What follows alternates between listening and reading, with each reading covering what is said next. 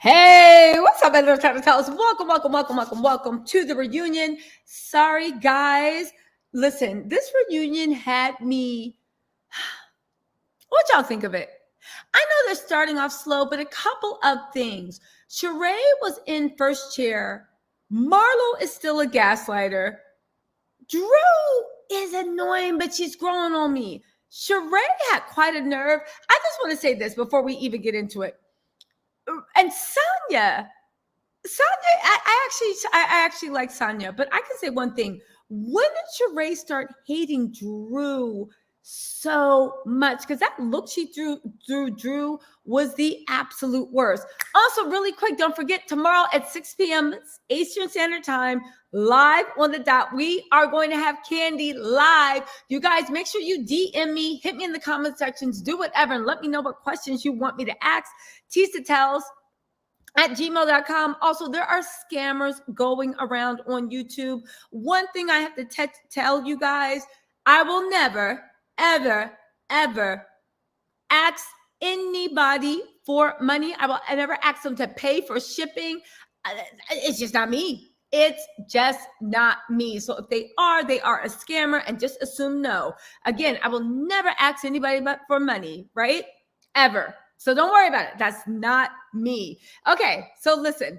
Kandi's going to be on this channel, 6 p.m. Eastern Standard Time on Monday. We're going to be taking live comments. We're going to be asking messy questions. Y'all know I love to be messy, right? You must too. That's why you're here. But let's get into this reunion, because honestly, what did y'all think of this reunion? First, I want to say this, right? Sheree and Drew got into this dumb argument over Drew getting her mommy makeover. Now, I will be the first to say it was a very modest mommy makeover, because Drew still had that tummy, right? I'll be the first to say this. But I also want to say this, and this is what's confusing me. How was Sheree coming for Drew when Sheree acts like she didn't fix her whole face? Now, listen, I will never shame anybody that did plastic surgery. Do what makes you feel good. But the fact that can we stop all this? Can we stop acting like fillers are somehow better on a different level than somebody that got their butt done, their boobs done? It's all the same. Anyone that actually have fillers will tell you fillers do not dissolve completely. That's why most people that get fillers, they always go a little bit too far, and then they start looking like Catwoman. You know what I'm saying? I know Kim Kardashian has entered the chat. But all jokes aside, Sheree, your whole face is fake. Your whole face is nothing but fillered up. And you got the nerve to be sitting there throwing judgment on Drew. And I found myself, why am I defending Drew? But I was just like, So anyway, the conversation started. Let's get into this. Hey, what's up, everybody? I'm also dropping the call-in link early because we got to talk about this reunion. I'll be honest with you, right? Listen, but Amara, even if Sheree had 2 BBLs, I don't understand. What is it that people, when you have plastic surgery, right? So why are you trying to act like your plastic surgery is better than somebody else's plastic surgery? It's all plastic surgery. Drew had a mommy makeover. Sheree, she said those were squats, not shots. But even if we believe her, and it might be, Sheree, your whole face is fake. Your whole face is filler. Your whole face is Botox. Your whole face, you have to go on a maintenance program every 3 or 4 months and get tuned up like Jiffy Lube. Sheree, let's not start talking. That's all. And this isn't any shade to her. I mean, yes, it is shade towards Sheree, but it's to anyone. Can we stop? Listen, can we stop with the plastic surgery? You either had work done or you didn't have it done. Like just call it a spade, right? Oh, yeah. Amari said, my point is that she was lying, period. Listen, now I will say one thing about Sheree. Ooh, it was looking good right here. It was looking good. She walked out and I was like, ooh, legs and lips and body. Now, let's also talk about Sheree. She still don't got She by Sheree up. She's still saying that it's coming soon, right? What else is Sheree? And that's another thing. I know Martell must be so mad at Sheree. During the reunion, and I'll be honest, not much happened during the union except for Marlo. We're going to talk about Marlo trying to gaslight Kandi. Marlo is a horrible gaslighter. And that's the thing. every single time I try to give Marlo some grace, she does some stuff that just makes me be like, you're actually doing things that's real grimy. The only thing that saves people is you suck at it. So you try to gaslight people and you try to like do all this stuff, but just suck at it. So everybody just lets it go, but you literally tried. Hold on one second. Can you turn the fireplace off? I'm burning up. 1 second.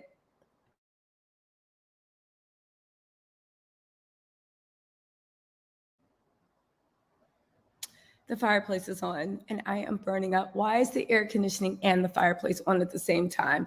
Anyway, welcome. Anyway, let's get back into this, right? Hold on, y'all. I gotta turn this fireplace off. Hold on. God, this is killing me.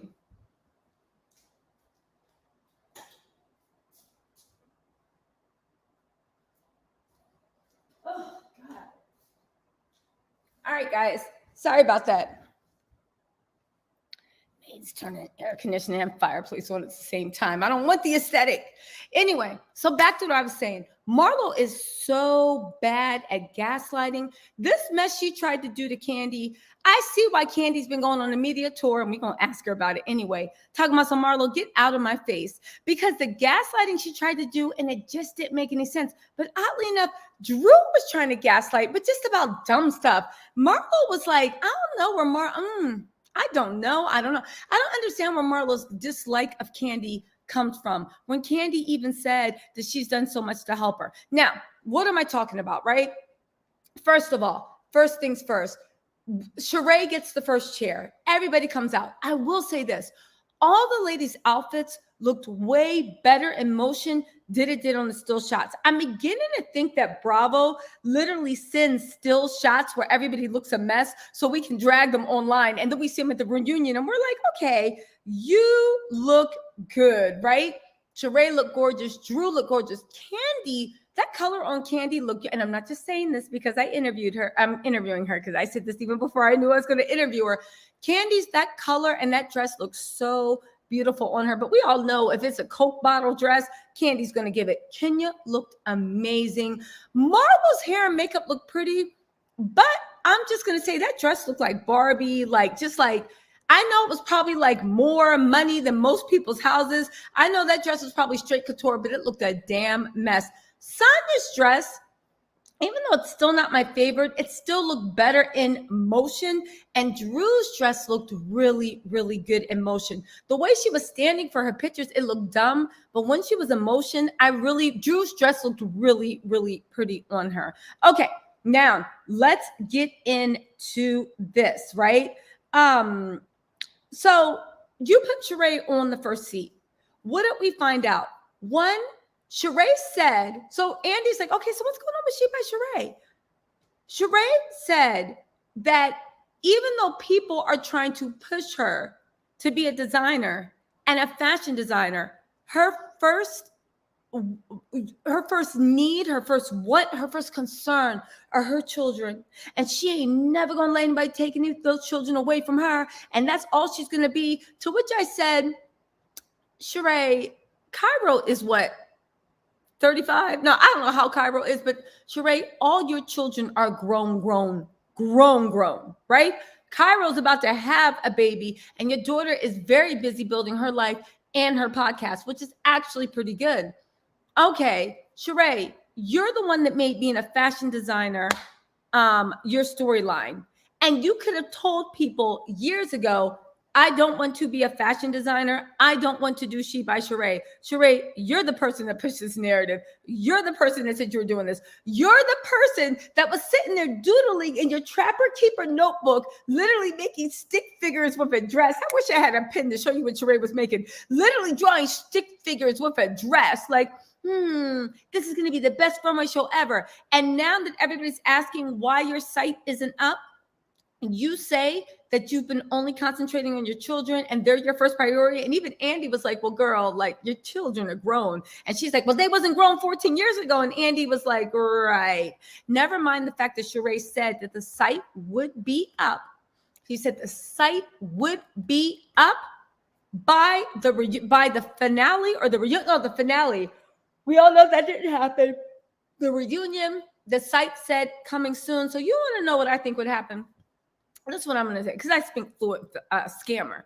You know what I want to think? And I know everybody's just like, oh my God, support Black women. Listen, I support all Black women. I support all women, right? I support some men, some, you know, they're related to me like by blood, right?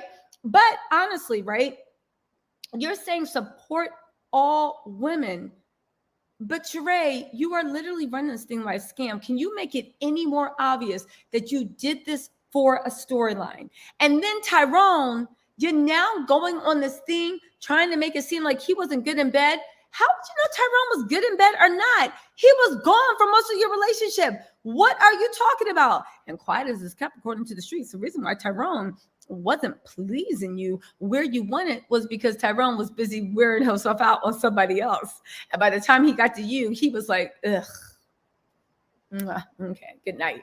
That's the word on the street when I heard what was going on between Sheree and Tyrone, right? But it's just weird to me the way you're sitting there disparaging Tyrone. So then Andy was like, tell me about your new man. And he was like, oh, well, you know, she was like, oh, you know, it was very new. Sheree can't think on the dime to save her life. Andy asked her the most basic question. He said, what does he do for a living? Sheree was like,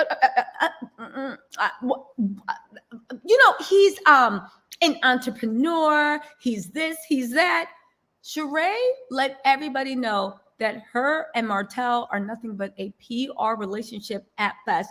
She really does not know what Martell does. She doesn't know anything about Martell. And even Andy was looking at her like, what? However, we can count on Kenya to give us a moment, because Sheree was like, somebody said something about his ex-wife, right?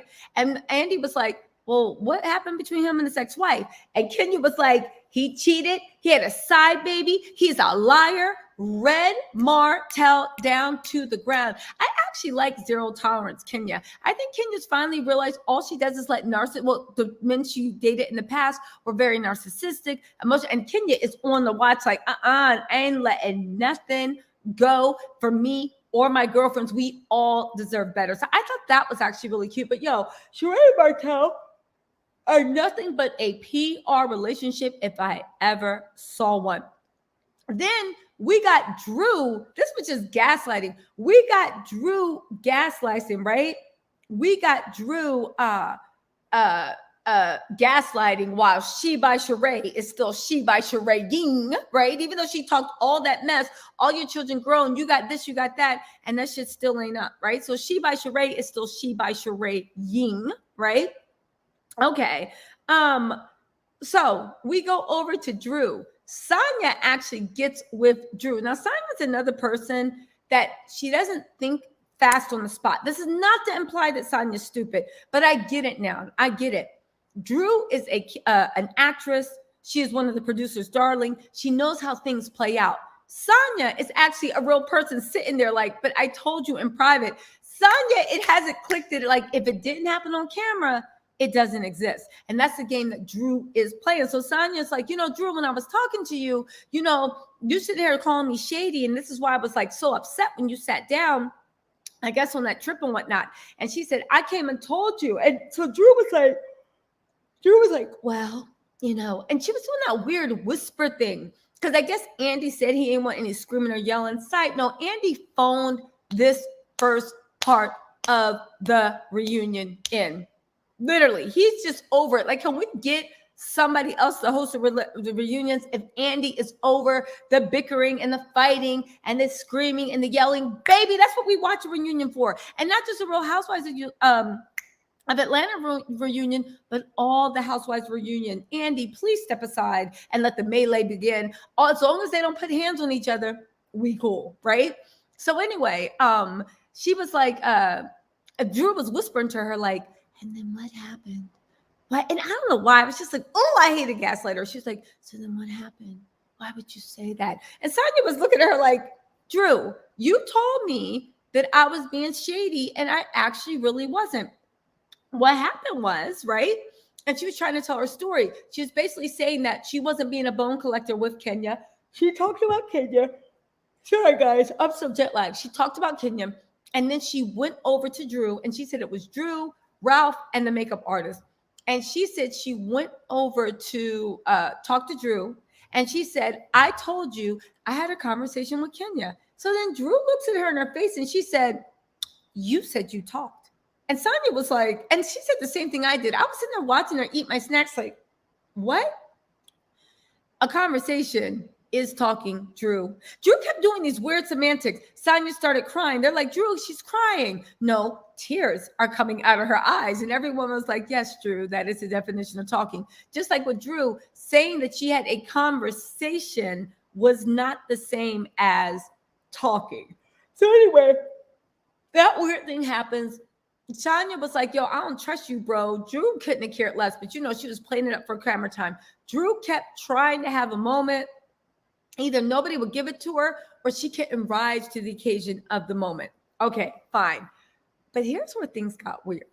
So then Drew was also talking to Sheree at the same time. Drew was trying to windmill on hoes on the reunion. Like she had smoke for everyone. Unfortunately, nobody was interested. Everybody was just looking at her like, anyway. Even Sanya was like, anyway. Now things might heat up in part 2, but I don't know. So anyway, right? I think, right? No. I'm not tired. I just talk a lot. So that's why I'm yawning. This is the spirit of happiness flowing through my body, coming out my mouth. So anyway, right? Drew started picking with Sheree, but in that weird, creepy, like, I think she was trying to get under people's skin, but it was really annoying and just weird the way she was like, how's your friend? The dog. Earth. How is she? Roof. And Sheree was like, she's not a dog. The Chihuahua. How's your Chihuahua? Chihuahua doing okay? Earth. And Sheree was like, she's not a Chihuahua. Earth. She's following you like one. I would have thought. I bought doggy treats for the Chihuahua. And I was just like, girl, if you still stop playing some Tyler Perry villain movie role, Drew, shut up. Even Sheree was like, anyway, let's just move on, right? So then we get to Marlo. Marlo is gaslighting the mess out of Kandi. And I actually couldn't believe it because to me, it's like, I really wanted to root for Marlo and I still want to, but that mess she did, she literally said that Kandi ain't never help her. She said, how didn't I ever help you? You said that you, and they were talking in circles because I guess they couldn't come out and say that you were mad that Real Housewives hadn't offered you a contract for the 13 years you were a friend and you were looking for side work. Now get this, Marlo was trying to overtalk Kandi because she didn't want Andy to hear it. Because every time she's like, you were saying, and Andy was looking like, what was she saying? And Marlo kept overtalking her. She didn't want that to come out, right? So Kandi said, you expressed displeasure that you weren't this and that. So what ended up happening was you talked to me. So then I talked to Todd and said, maybe there's some way we can help her. And she said, then Todd, because Marlo was like, Todd called me out the blue asking me, you want to work for me? And what's her name? Kandi was like, but do you not think that wasn't me helping you? Because I was the one talking to my husband in bed while we were going to sleep saying, I wish there was some way we could help Marlo. So how can you say I never did anything for you? And Marlo looked at her and said, how'd you help me? That was Todd.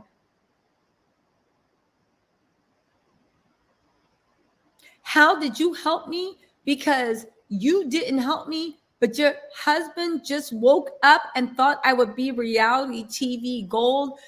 Marlo, you, I, Kandi, and everybody on that stage know that, yeah, Todd might have okayed it, but Kandi suggested you. And if Kandi wasn't trying to help you, Todd wouldn't have come with you with a contract. He really wouldn't have. So how is Kandi putting in a good word to her husband and Todd? Like, Todd's a producer. You're not a producer. Todd's a producer. All you do is act and sing songs. You're now trying to tell us that Kandi, MF, and Burris, all she does is act and sing songs. She's not a producer. Kandi got a show on damn Broadway with Samuel Jackson. You're really trying to convince us that all Kandi does, Kandi Burris. Kandi Burruss, the only person on the Housewives that consistently has a bag and a check. Kandi Burruss that pushed during Black Lives Matter for them to actually put in Black pages and Black production companies on Bravo. Kandi Burruss that has Old Lady Gang. Kandi Burruss that has producing credits on a million shows. You're now trying to say that all Kandi does is act and sing? That's it? What's a lot? Like, I know Kandi's doing an escape thing, but like that's all she does is act and sing. And Todd's the producer, and Kandi ain't help you with anything. Todd came to you. Anyway, she got under Kandi's skin. Kandi exploded. But to the point of what she was saying was so ridiculous. Even Andy Cohen was like, Marlo, Kandi produces too. Everyone on stage was like, Marlo, Kandi produces too. What are you talking about, baby? Right? And Marlo kept like doing it. Then Marlo did something that just made me lose all respect for her. And I saw when Kenya was hinting at this, which by the way, is Andy mad at Kenya or something? Andy didn't throw one question to Kenya. He didn't throw one question to Kenya, and Kenya was sitting at the end of the couch. And he didn't throw one question to Kenya. Kenya was sitting at the end of the couch with Sanya. To tell you the truth, to me, Kenya, first of all, the seating was weird, right? The seating was weird because if you look at things, it's usually the people that are cool against the people they weren't cool, the talls versus the smalls that have jobs and the have-nots, right? They usually have that. The fact that they had people that didn't really get along sitting next to each other, I don't know. It should have been Kenya, Kandi, and Drew on one side, and it should have been Marlo, Sheree, and Sanya on that side. So the way they tried to mix it up was just weird. It was weird, and it was awkward, right? It was awkward. Because we want people arguing, but not that close, right? It almost made me feel like they were trying to push and maybe get another Portia Kenya moment. It was just weird. But also the fact that Kenya to me was such a ray of light, and she really brought comedic relief to the show. She brought a lot of comedic relief to the show, and she was just messy enough that it was interesting. Kenya should have been at least in the middle seat, but to have her on the edge lets me know y'all just don't have any use for her unless she's a villain. So Andy, I did notice he barely addressed any questions to Kenya. He didn't have anything to say to Kenya for the first part of the reunion. She barely spoke. She don't listen. Kenya knows how to get a check. She kept interjecting the questions. She kept answering people's questions for them. But it did not escape my notice. It didn't escape my notice that like Andy didn't really address any questions to Kenya, right? So anyway, Marlo did something that literally made me lose all respect for her. Kenya had hinted at this last season. She hinted at this, not last season, but like in the last interview she did, that somebody was protecting Marlo. And I do believe that someone was Andy Cohen. Andy Cohen was literally writing Marlo a script and passing it to her for what to say. So you're like this because men have treated you bad. You're like this because of your mother. You're like this because of this. And I really just sat there and said,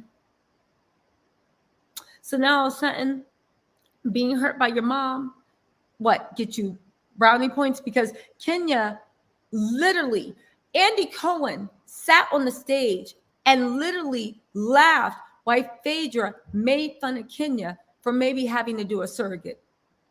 Even though you got 2 surrogate kids, right? And no shade to surrogacy, but it's just like you allowed that. People have dragged Kenya's mother situation on stage. It's no excuse. What are you doing? He even made excuses for when Portia dragged Kenya across that stage. I found it very odd and very weird that you were literally going so hard for Marlo. And Marlo did that one thing I hate. Marlo did trauma dumping. Listen, we all got sad stories. We all got things that if somebody sit down and be like, babe, let me pour you a drink, because ninjas lie a lot, right? Let me pour you a drink and let's talk about some real stuff. Everybody over the age of 16, some even younger, have a story they can share about something that tore their heart out. The fact that Marlo trauma dumped, I hate when people trauma dump. She trauma dumped all over that stage. My mom ain't love me, and it's just that, and I grow up, and I just want love. I need love. I need love. And let me know two things. One, the producers are probably bringing Marlo back, and that's going to be her storyline because she tried to be that big bad wolf this year, and it didn't work out. But now you got her literally on there, right? Her literally on there trauma dumping, trying to get somebody's sympathy, right? I also believe too, I don't know what Marlo told Drew. I really don't. But one thing that I find so weird, is the fact that Sanya said that she ended her relationship with Drew because what she showed her wasn't adding up to what she showed other people. What did Marlo tell Sanya? That Sanya is so up Marlo's butt that she is going to war, making her enemies.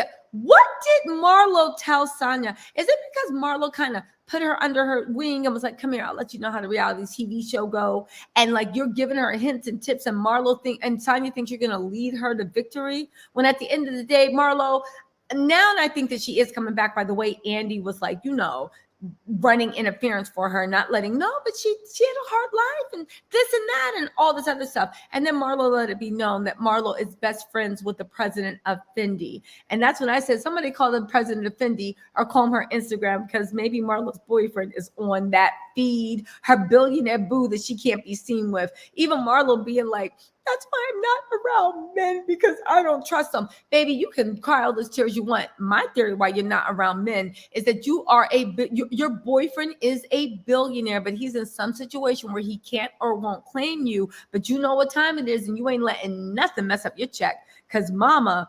100%, mama, 100% needs her Fendi, her Prada. Oh, by the way, right? Oh, so Sheree is now back and better than ever. Sheree just posted this on her Instagram, y'all. She by Sheree exists. Look at this. Sheree said, we are back. She also goes on to say, and we're here to stay, boo. She said, we're back and better than ever. Say hello to the new She by Sheree website. We're so excited to show you how hard we've been working on it. Rowan probably put this up to bring you exactly what you've been waiting for. Thank you guys for the continued love and support. Had to literally build another site and move to hosting to a bigger platform because you guys were on it. You had to build another site, Sheree, or maybe complete the first one. If you don't shut yourself up. Anyway, we hope you enjoy our newly designed website, which features fresh navigations, the latest fashion trends, and more. You can also stay up to date with us on Facebook, Twitter, Instagram, TikTok, and YouTube. She can, she will, she did. We're so grateful for your support over these past years, and we can't wait to see you in your She by Sheree joggers. Okay, let's go to the website. Let's go to the website, right? Actually, hold on. Let me share my screen. I'm going to share my screen. Hold on, guys. We're going to go to the She by Sheree website and see what's really good. Hold on, really quick. She by Sheree. Let's see. That's a money. Okay, hold on. She by Sheree. Hold on, guys. I have to just get this website going. How do I get out of the screen? I'm stuck in the screen. Okay, here we go. Hold on, guys. Let's do a new window because I want you guys to take this journey with me, okay? I want y'all to take this journey with me. Close your eyes and imagine you live in a world with She by Sheree. Okay, let me find my StreamYard again. 1 second. Where's StreamYard? There we go. Okay. Y'all know me and technology, we don't exactly get along, but hold on a second. Let's do it. Let's do a share screen. Shall we? And then I'm going to drop let me actually also drop the call-in link. So, okay. Let's do okay, hold on. She by Sheree. And let's do a share. Share screen. Let's just share a window. Let's do this one. Okay. I'm sharing my screen right now. Close your eyes and imagine. Close your eyes, right? Okay. So she said, we're back. So let's do this, right? She by Sheree is, okay, let's do She by Sheree. Ooh, now this is fancy. Look at this. She said, we're back. Did you miss us? We did, boo. Subscribe and get notified first on the newest arrivals, exclusive offers, and okay, whatever, right? 20% off Trina set. She not by Sheen.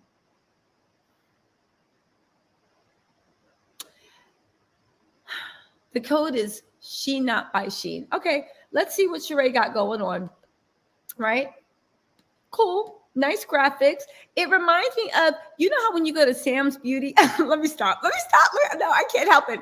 You know how when you go to Sam's Beauty and you're looking through like tracks and like half wigs and ponytails and stuff, why does this look like a Sam's by Beauty? You know what I'm talking about? The Sam's Beauty, like the weave. Like, do you want like ultra deep beach Bahama wave when you're doing the tracks? That's what her hair looks like. But anyway, she got fitness, she got merch, they got bestsellers. Look at her pretty. Sheree got such pretty kids, right? There go Cairo. Y'all. Okay, so you can get a mug for $18. That is very reasonable because when I sell my mugs, they're going to be like $50. You can also get a spring, September, summer stainless steel tumbler for $40.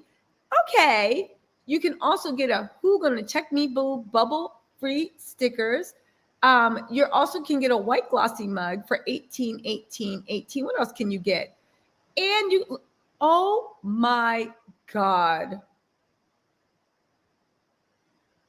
Do y'all see this? Now listen, I support all people, but can you tell me how Sheree's hoodies are more expensive than Ivy Park's?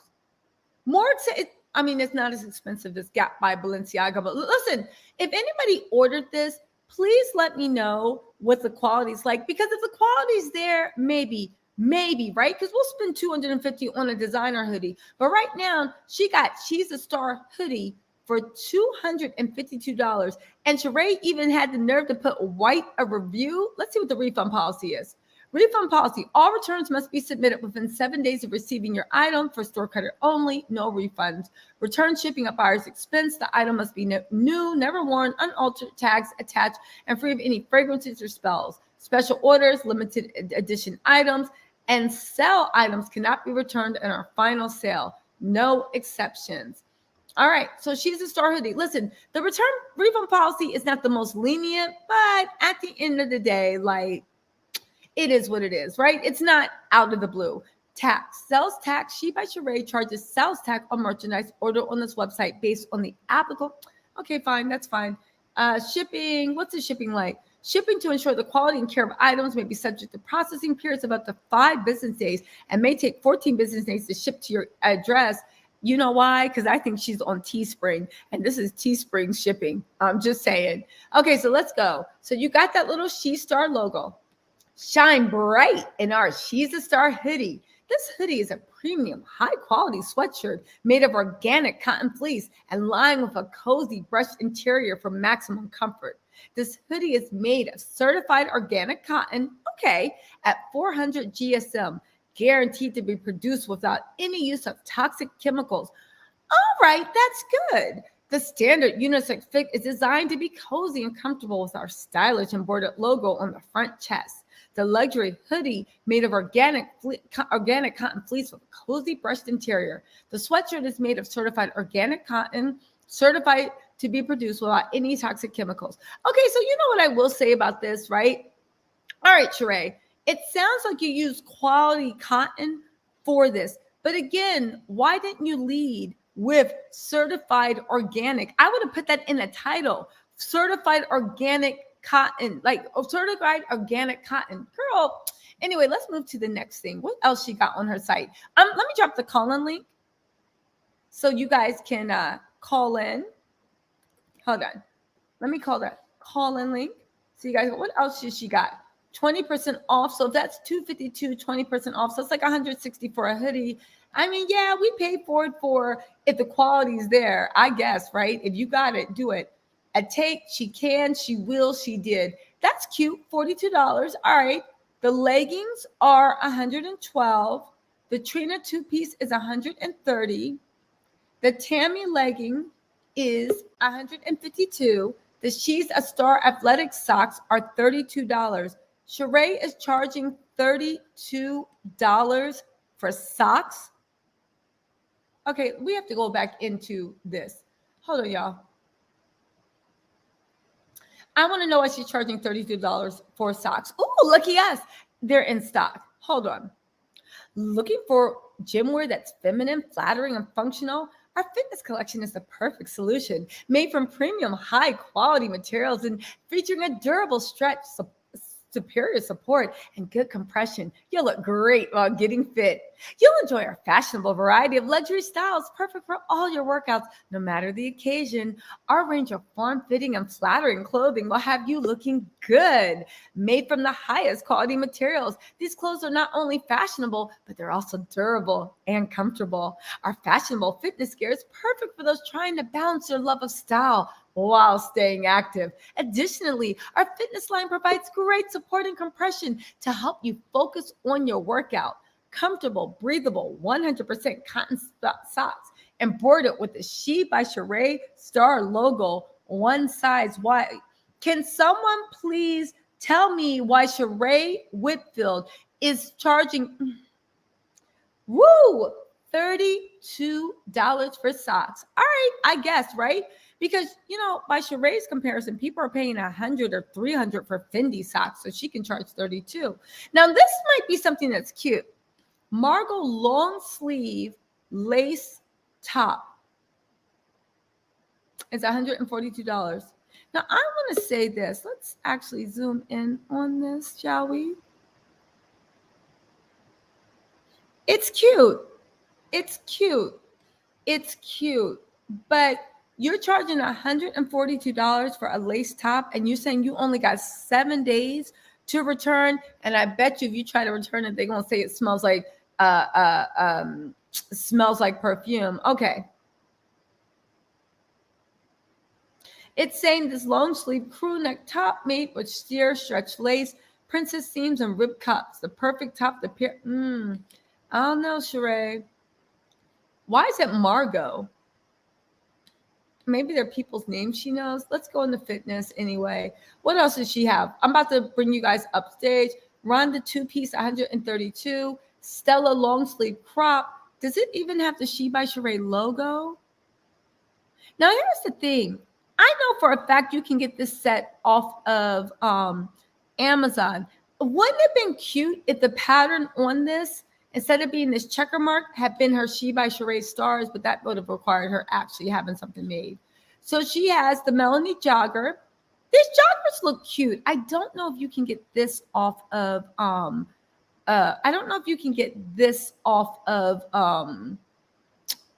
Amazon, but I will say this. Who is walking around with joggers with their booty out? Okay, let me just continue. But that's cute. That's cute. She got the Bria crop top.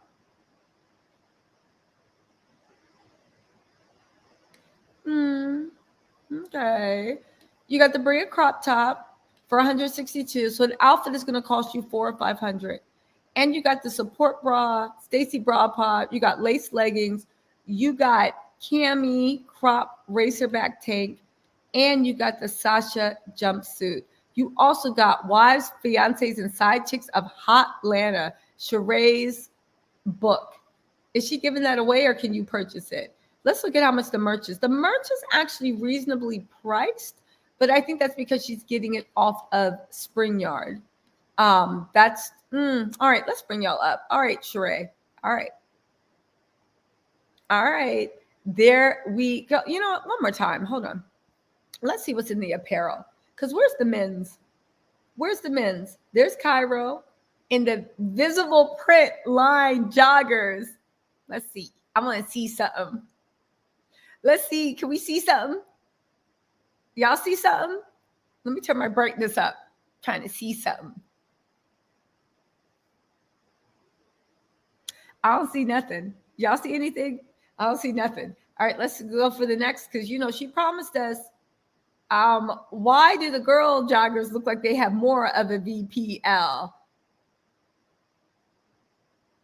I don't see. Where's the V? Her children are so beautiful.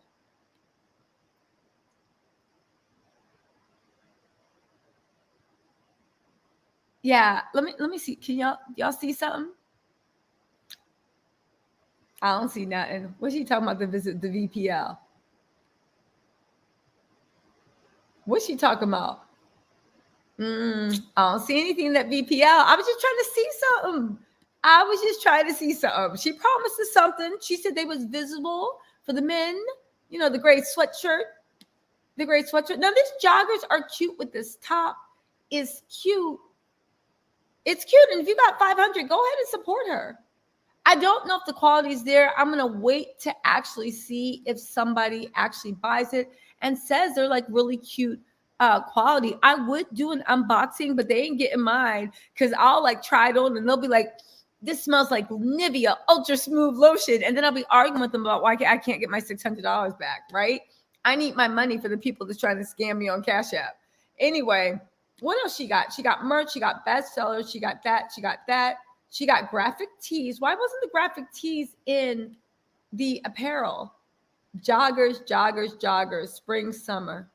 Joggers, pride. Oh, okay, that's cute. Now, this might get some play. The joggers, joggers, joggers for Joggers Pride Month. That might be cute, but you're charging $82. This shirt, which is Living My Best Life, is $142. Look at this mess. I want to know this. It's my question to you. And I'm not hating on no one. But if you are charging $142 for a t-shirt, do you think you could have had somebody steam the wrinkles out? Do you think that you could have made a picture that didn't look like she dug this out the bottom of a hamper and put it on? Do you think you could have even photoshopped and did the blur and smooth? This looks like you literally had to go run and accept an Amazon order and dug this shirt out the hamper. Do you think? Listen, what else she got on here? The joggers. Wait a second. What's going on? So she says this joggers thing is $82, but when you get into the store, it's $142. Are the prices wrong? Are all the t-shirts $82, but she's charging? Okay, fine. If you want to pay $82 for a t-shirt, whatever. But I'm just looking at the quality, the thinness. Also, why didn't you take a steamer and iron this out? Again, if the quality's there, fine. But why do I see the wrinkles? Do y'all see the wrinkles? Why does this look so thin? Did she cut it off? Wait a second. The jogger doesn't have any hem. She cut the hem off and rolled up. Okay, Sheree. Sheree also made a worthy t-shirt. She is. Okay, so something's wrong with Sheree's site. All the t-shirts are $82, but when you go into the link, it's $142. So that must be a glitch with the site she's going to fix, all right? You can get your copy of Sheree's book, Side Chicks of Atlanta, on Amazon. Okay. You can also do the WGCMBT. Who gonna check me, boo? WGCMB. Okay, she's starting hashtags. Again, it's $140, but it's $82 on the site. So this is the last thing before I bring y'all up. Sorry, everybody that's waiting. We about to start chopping this up. Maybe the apparel is cheaper also. Because right here, she's a star truck mesh hat. Hoodie says $252 and it's $252. Okay, so I don't know. There's some type of glitch between the hoodie. All right, y'all. There y'all go. Let's start bringing people up. We done sharing this screen. Betty, what's up, girl? How you feeling? Sharing this screen. Betty, what's up, girl? How you feeling?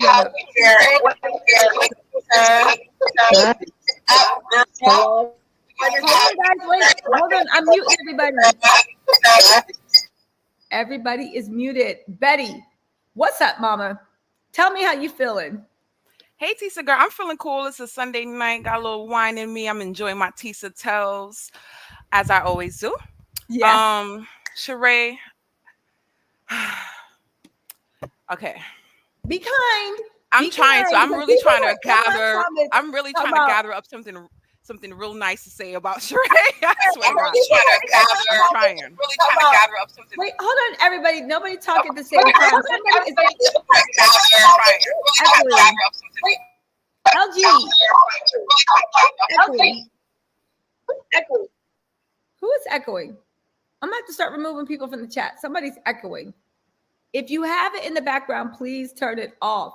So back to you, Betty. I need to actually know, because here's the thing. You got to walk a fine line. We want a woman to succeed, right? We want a woman to succeed. But at what point do you look at someone and being like, you tried it? Betty, tell me what you think. Tell me what you think. I want to hear Sheree tried it. She's been trying it. And I'm over her. Like, over here in New York City, Sheree is what I like to call a fucking bum. Okay? She is a girl who wants to be something that she's not, and she's not willing to put in the work to get what she wants.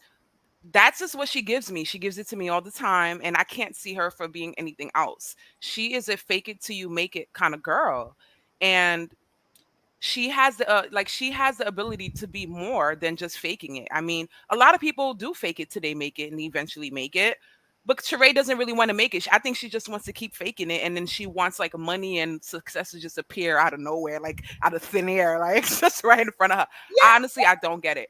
Like, here's the thing. First of all, Michelle Bolden. I just had to read this before I block you, because Black people do not suck. What I'm trying to say is, she said, why are y'all downing a Black woman? We're not downing her. Sheree is scamming. She has told lie after lie after lie. All right. If you want to sit there and act like none of that matters, fine. But you are asking for support, and we're there for you. But we're asking for honesty too. We're asking for honesty, not like, exactly. Ooh. Not even that. Name brands are sold wrinkle and high price. What name brand store you go to that you're sold wrinkles and high price? When the last time you've been to the Prada store? When the last time you've been to the D&G store? When is the last time you've been into Neiman Marcus? Please let me know where you see name brand t-shirts sold. Ivy Park's not even sold wrinkled and high part. And honestly, it's very rare for high-end fabrics to actually be wrinkled, because that's the thing when people say, yes, LV is overpriced. However, structured into paying $600 for a t-shirt, which I'm just going to say, I would never pay $600 for a t-shirt. Y'all will see me shopping in, what's the internet store? I can't even think of a store. Y'all will see me literally in Zara getting a $20 t-shirt. I would never pay $600 for a shirt. But I do know from people that do pay $600 for shirts, they lay a certain way. They have a way. Listen, you don't have to lie to kick it. And that's all I'm going to say. If you oh my God, that was perfect. Sheree, girl, yeah, you ain't got a lie to kick it. Oh my God, that was perfect. Sheree, support her. But to come and say that us clowning Sheree for her lying to us over and over and over. And last week I was Sheree's biggest supporter, but I'm not going to sit here and let you play in my face about all the stuff that you've done. You literally said, like, Sheree. Sheree is giving Simon. She's giving Simon tease right about now, and I'm done. And be like, kiss my butt. Why wasn't your site ready? Because it wasn't. Next question. Why didn't you? You know what I think happened, Tisa? I think Sheree didn't have nothing. She was doing this for a storyline, but she realized just how much we were rooting for her, just how much everybody was excited, and she was listening to bloggers like you and other people saying, Sheree, all you got to do is get some stuff off of Alibaba. Put She by Sheree on it. She listened to us, because you could have did this, Sheree, and it would have went well, as long as you would have had respect for the people who want to support you. But you don't respect us. You trying to beat us over the head. You trying to knock us right over the head and say, here you go. Here's Alibaba, but $200. No, girl. No, girl. And you're not going to pee on me and tell me it's raining. People can't do that. Saying, I'll get it if the quality's there. And we're just like, girl, the internet, and this is our whole point. You'll get it if the quality's there. babes, we all shop on Amazon. Portia pushing that shit every other Wednesday, Thursday, and Friday, trying to pay her half of the bills at Simon's roommate. We all know what Amazon two pieces look like. We all know. So again, like you said, Did you I'm really think you was supporting you. fooling us? Did you Yes, really I'll think support we don't you. be on those websites too, Sheree? You thought you had a secret code, you had the secret link? What's going on? Exactly. And it's to the point of, listen, the hoodie is regularly like what, $40? You want to sit there and make it 80? You know, Sheree, I'll do it just to wear She by Sheree. But now you sitting here with $252 and y'all got to be like, support Black women. Did you get your hoodie? I just want to know. And again, Sheree can charge whatever price she I'm wants not to supporting charge. nobody that's trying to scam me. Black, brown, green, blue, or white. Yeah, well, You trying here's to the scam me? thing. I don't got nothing for you. I don't got a penny. Yeah, well, here's the thing. Sheree said she told us tonight on the show that it was for her kids and family. She's Her obviously grown getting her. kids, her kids that got Yes. kids already, those kids. Well, listen, she said she obviously is getting her money elsewhere and she doesn't need this. I agree. I don't think Sheree needs this. I don't think Sheree wants to do this. I think that she did tell a little bit of truth to Andy where she said her focus wasn't on this and everybody else kept trying to push her. And that's fine. But if that's the case, but I see what happened. I see what happened. Tyrone was supposed to be Sheree's storyline and he fell through. So then she had to get another storyline. And I do think the producers are probably the ones that pushed the She by Sheree storyline. Because I do think at that time, Sheree was in danger because her pink chat hadn't been given. Sheree was in danger of honestly becoming a friend of the show again. She was in danger. I do believe the producers were like, yo, you promised us this love story. It's not coming. You know how the Real Housewives of Atlanta producers are psychotic about you got to Yeah. show your kids. We need to see your man. We need to see your house. They have all these demands. And then each show, they zoom in on they do close ups. You can't even see the house, can't see the events. And they maybe do 3 lines with their men. And it's just like, what was the point of that? And then they show them fussing all day long, right? I do believe the producers like this isn't what you promised us. They said, but maybe we can do a She by Sheree fashion show. And I think that's why Sheree got everything together in 3 weeks. And by Sheree, I mean Rowan, You could her have did a lot assistant. better though in 3 weeks, Sheree. Look at all the stuff you have at your fingertip. You have so much access. You could have did way better in 3 weeks. I could have did that. I could have did better than you in 3 weeks, Sheree. If all you was gonna do was log on to Alibaba.com and get you some wholesale cheap clothes, you could have did better. Listen, Michelle has another comment. She said, y'all saying prices are too high, but y'all go to buy designer clothes, shoes, and purses that are extremely high. Michelle, let's actually talk about this because I'm sick of everybody acting like we don't live in the real MFing world. When people buy designer clothes, you are buying it for the clout. Ain't nothing wrong with that. I have a few designer pieces too, right? Is it my bag? No, I'm never going to spend all my money wearing my clothes. But can we stop acting like we don't actually live in America and that people buy designer items, Black, white, Puerto Rican, and Asian, in a capitalistic society because they are trying to establish their place in the social hierarchy. And they It's want a to be able status to, symbol. yeah, a status symbol. Thank you. And they want to be able to walk into a store or a restaurant or whatever, and everybody know they got money. You are paying for the status symbol. Louis knows that. Prada knows that. Burberry. As a matter of fact, do you know that 80% of all luxury goods, Google this, are actually destroyed after the season? Why is that? Because, well, maybe it's not 80, but it's definitely like above 70% are destroyed after the season, right? They do one season, then it goes on sale, and then you never see that again. Mm-hmm. Why is that? Because they know that you are paying for the status. You know that old saying, you don't go to expensive restaurants to get the best food. Because honestly, the little mom and pop places got the best food. You're going to expensive restaurants. Some people go because you want the experience. You don't want to be around poor people. You want the experience of being there. It's a status symbol, right? When honestly, the person that sells the bacon, egg, and cheese on the corner got the best breakfast you ever had, but you're sitting there in a fancy brunch spot with a $200 bill just because it got a pretty backdrop. You like the experience. Stop trying to make that analogy. Sheree is not a status symbol. And She you cannot and you charge. can't compare Sheree to brands that has spent hundreds of years solidifying their place in the fashion world. Like you can't compare that.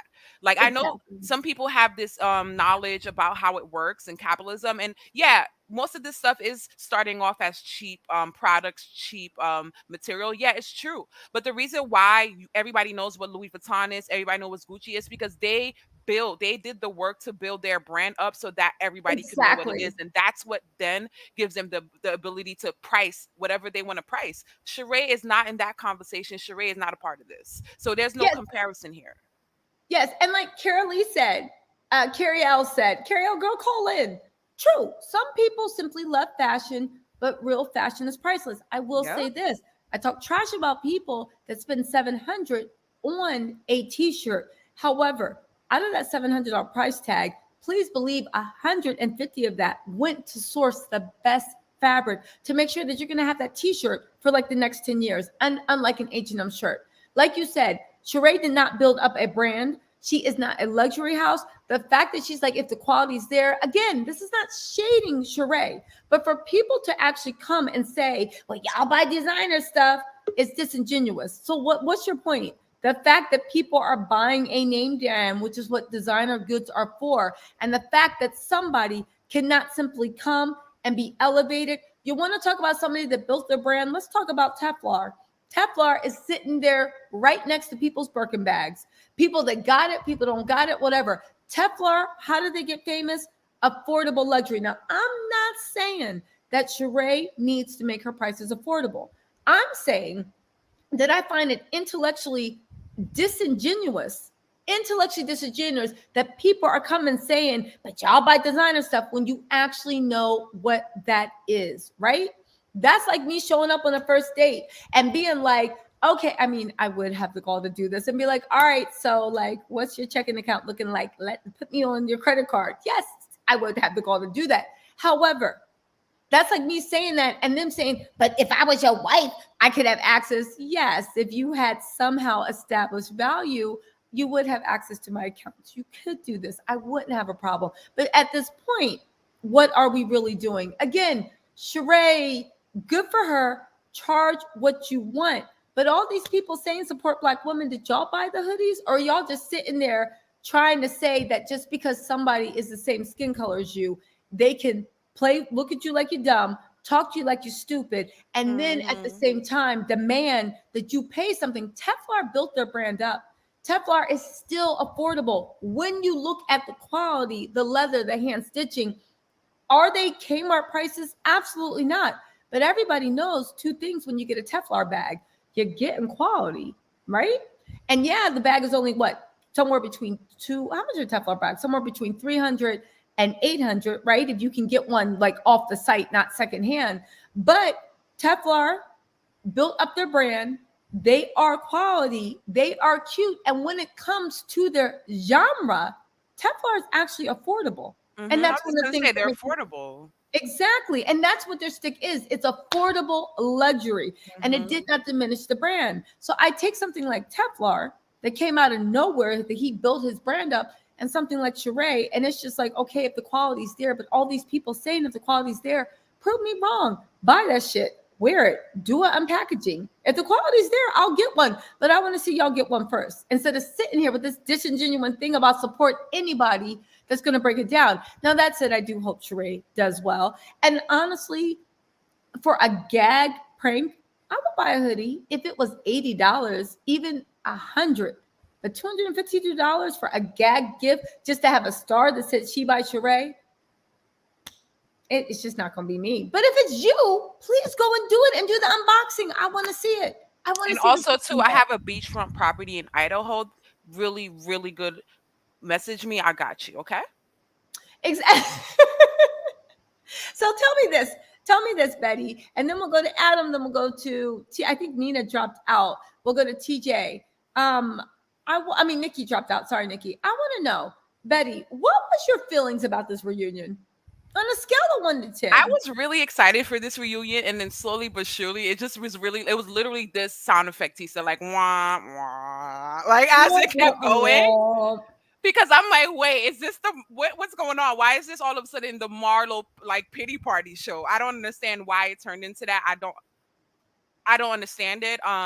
Maybe this is them trying to get us to get on Marlo's side. We all know Marlo's story. Marlo has been telling this story for the entire time that she's been on Real Housewives of Atlanta. So yeah, we got a little bit more details this time, but in general, we understand where Marlo comes from because whenever Marlo has to take accountability for her actions, she brings this story up. Like it's like a violin concerto. Like she gets them the violins out and she starts singing the story anytime she's in the hot seat. So we know this story. It's not like we don't know who Marlo is. We know who Marlo is, at least this part. I don't understand why we needed to have this literally like I felt like they should have just cued the music in the background like doo doo doo doo like the Titanic music Yes. where Marlo was talking. It was so cheesy to me. I was like, Marlo, you can't be this girl, sis. You just can't be this girl. You're the same girl who for no reason out of nowhere told Kenya that her mother doesn't even love her and all that. You're the same girl that did that. And it was literally out of nowhere and for no reason. So how can you and whenever Kenya says anything about her struggles with her parents or whatever it is in her personal life, you use these same things to insult people. How can you now think that you're going to sit in this chair and cue the music and have everybody have this sad moment for you? I don't get it. And I feel like Marlo in that moment reminded me of Portia, which is like I'm Also, gonna just copy Kenya and do what Kenya does, and that's what's gonna get people to like me. That's why I'm gonna be the favorite because I'm gonna just watch what this girl is doing and I'm gonna do it. I'm gonna just copy it. And I think that moment was her trying to be Kenya. She was trying to be the villain that everybody does have a soft spot for because she's been through stuff. And she channeled the Kenya. And I think that was sad. And I but think it Kenya was. saw it too. Kenya was over there with her eyes like, girl, bye. Yeah, but you know what? It shocked me the way that Andy was so forgiving to her. Fatima Kid said Teflar just did a pop-up sale at Rainbow in Brooklyn, New York. Boss Black Eckler. Exactly. Teflar did that mess. Sheree got a business model with Teflar. Again, here's the thing. Sheree literally said her heart wasn't in it. She didn't want to do it. Everybody pushed her. Sheree then said, That sounds like an excuse. but even if it's not an excuse, it's like you're telling me your heart wasn't in it. You're saying this, you're saying that. Now you're charging 252 and you got people screaming, support black businesses. Are y'all insane? Like the I will say this, right? Y'all assume that Sheree is the only. Sorry, it's hot in here. Let me turn the air on.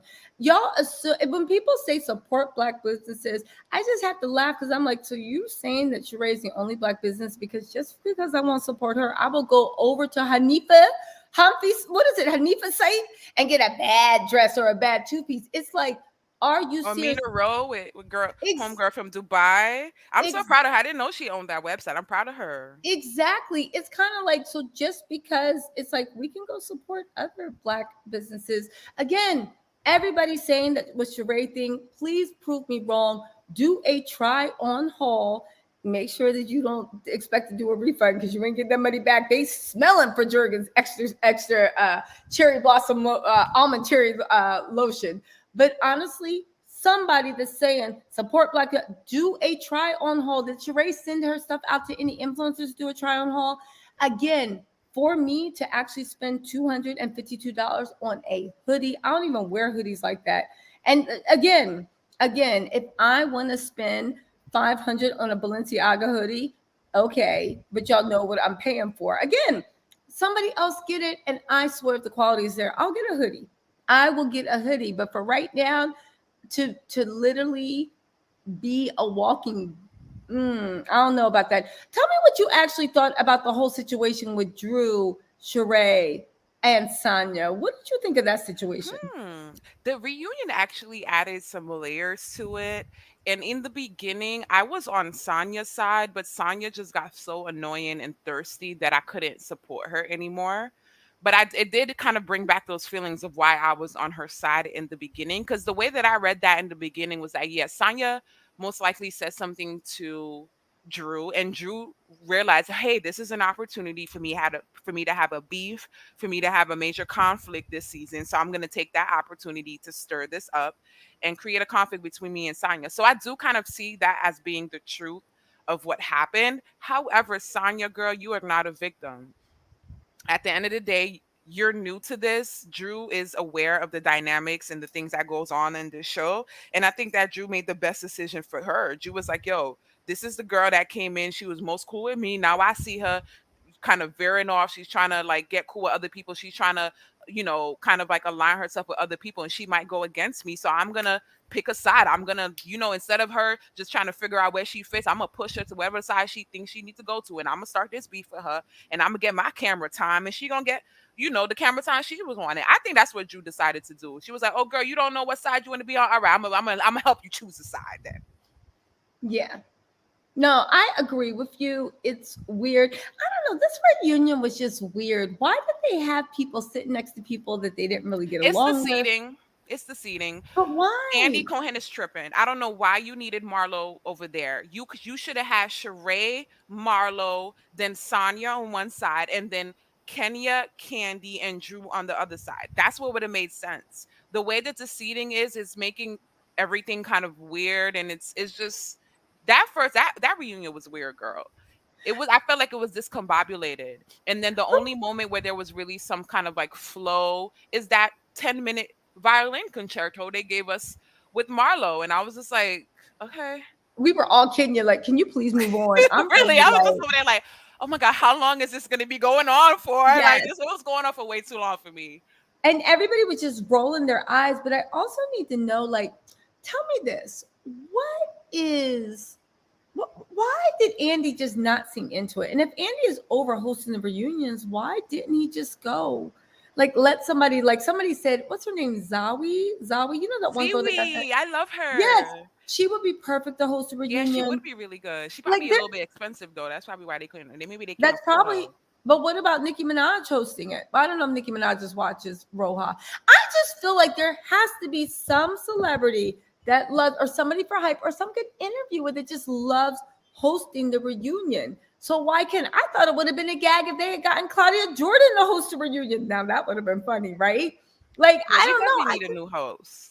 We Andy need was so dry. You know what I think it is, especially What? this reunion?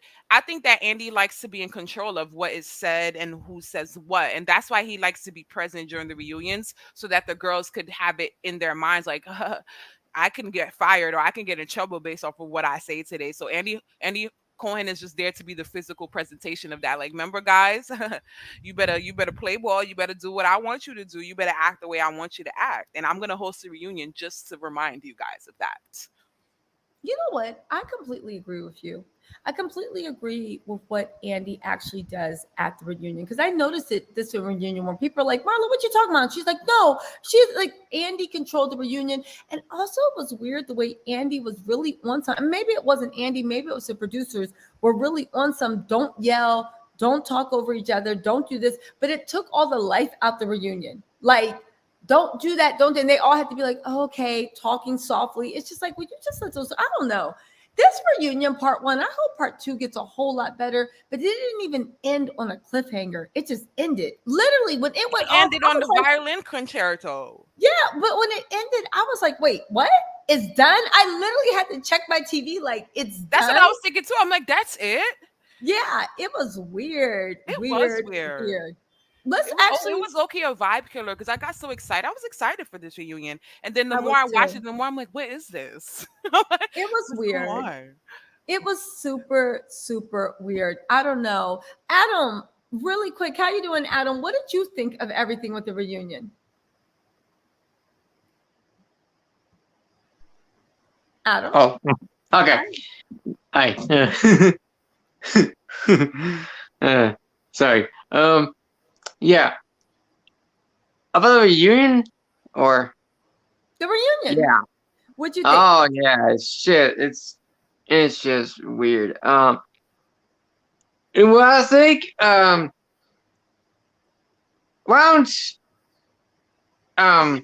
well, let's see. Right after I remember right after Andy Cohen actually interviewed with the Kardashians, but they were but the reunion special. Sheree got, you know, everything just got on a cliffhanger. What did you think of Sheree? What did you think of Sheree, how she answered Andy's message, his questions? What did you think of that? Do you think I she think, did a good job? huh? Do you think she did a good job answering Andy's questions? Yeah. Yeah, I do too. What Mm. about with Marlo? Do you think that What are you Marlo? doing? Hey, sorry. My mom is here. Oh, Hey, son. Oh, hi. hi. 11 o'clock. Hey, son. Yeah. Keep it nice. What Sorry about about? that. It's okay. Tell your mom we said hi. One last question. What did you think of Marlo? How do you think she did at the reunion?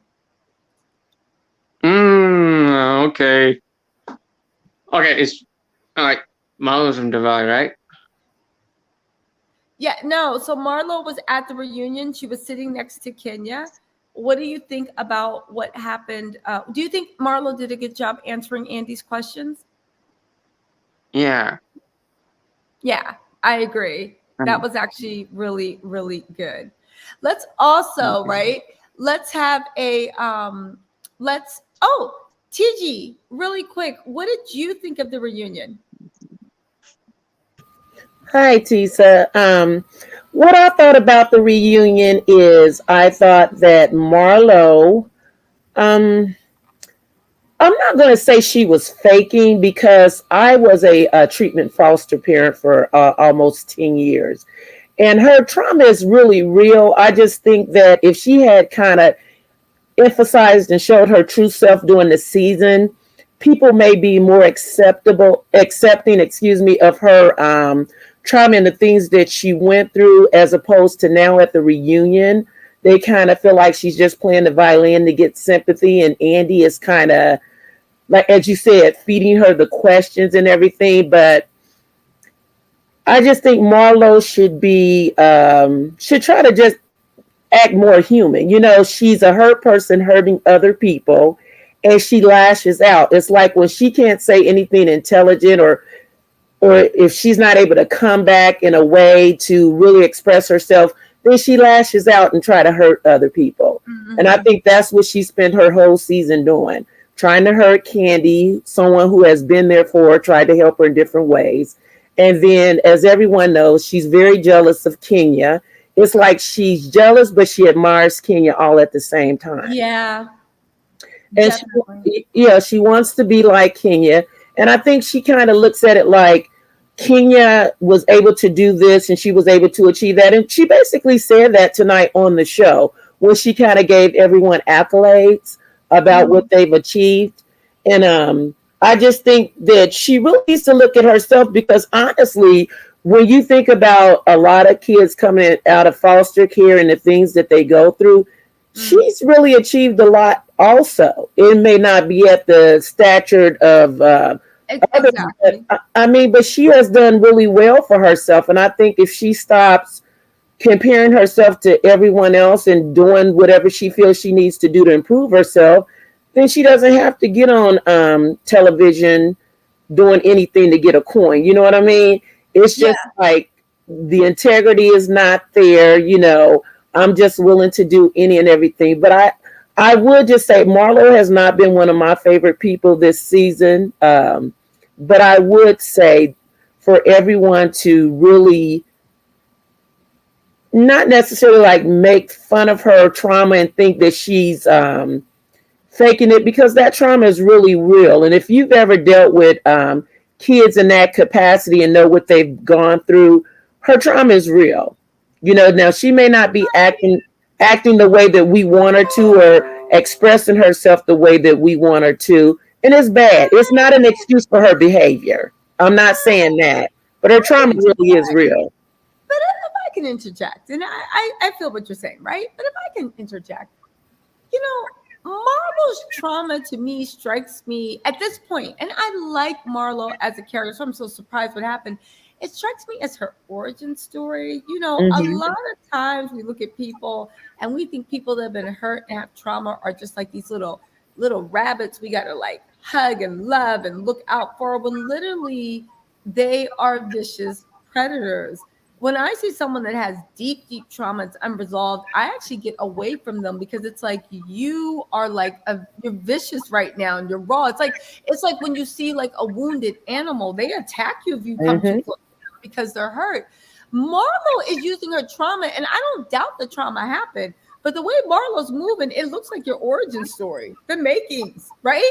There was Batman, but there was also the Joker, right? Oh my God, you are a genius. You are a genius. That's exactly what it is. I mean, I agree with that. She's very toxic, and it's sad to say. I mean, I have a young lady that I adopted as one of my goddaughters, and her trauma is very similar to Marlo's, but at the same time, you may not have any control over the beginning of your story, but you're going to be the author of the end of your story. So if Marlo wants to keep singing that song, that's going to be on her.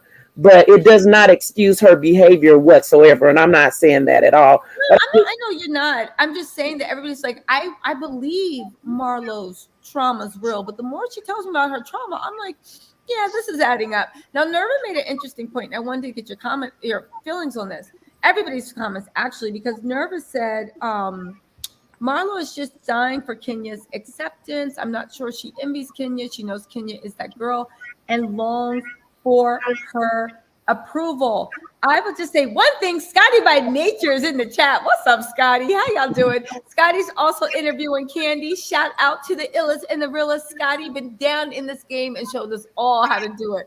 What's up, Scotty by Nature? Make sure if you're not following him, you do follow him. He is amazing.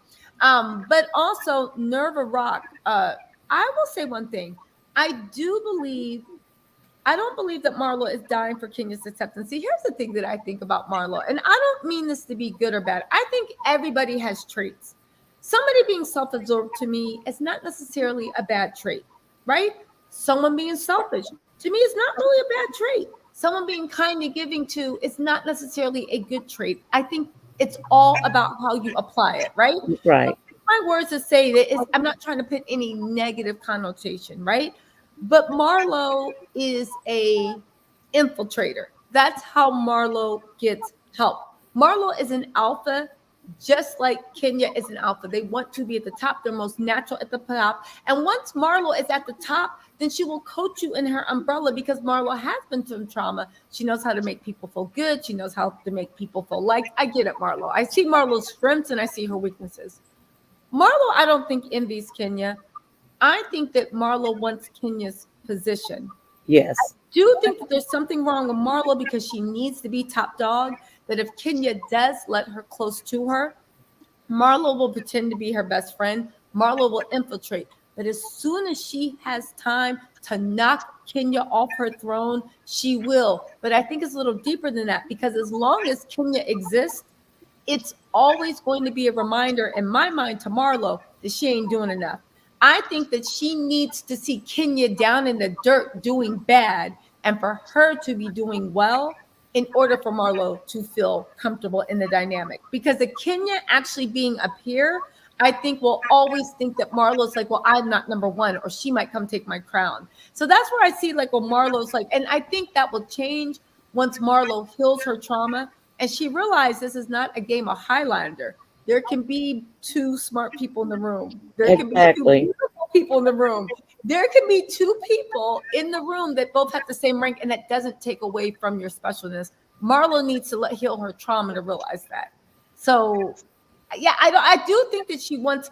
I think if she wants Kenya's acceptance, I think it's only so she can get close enough to Kenya to do a Trojan horse, stab her in the back of her. Because think about it, and Kenya's a smart girl. Kenya's smart, right?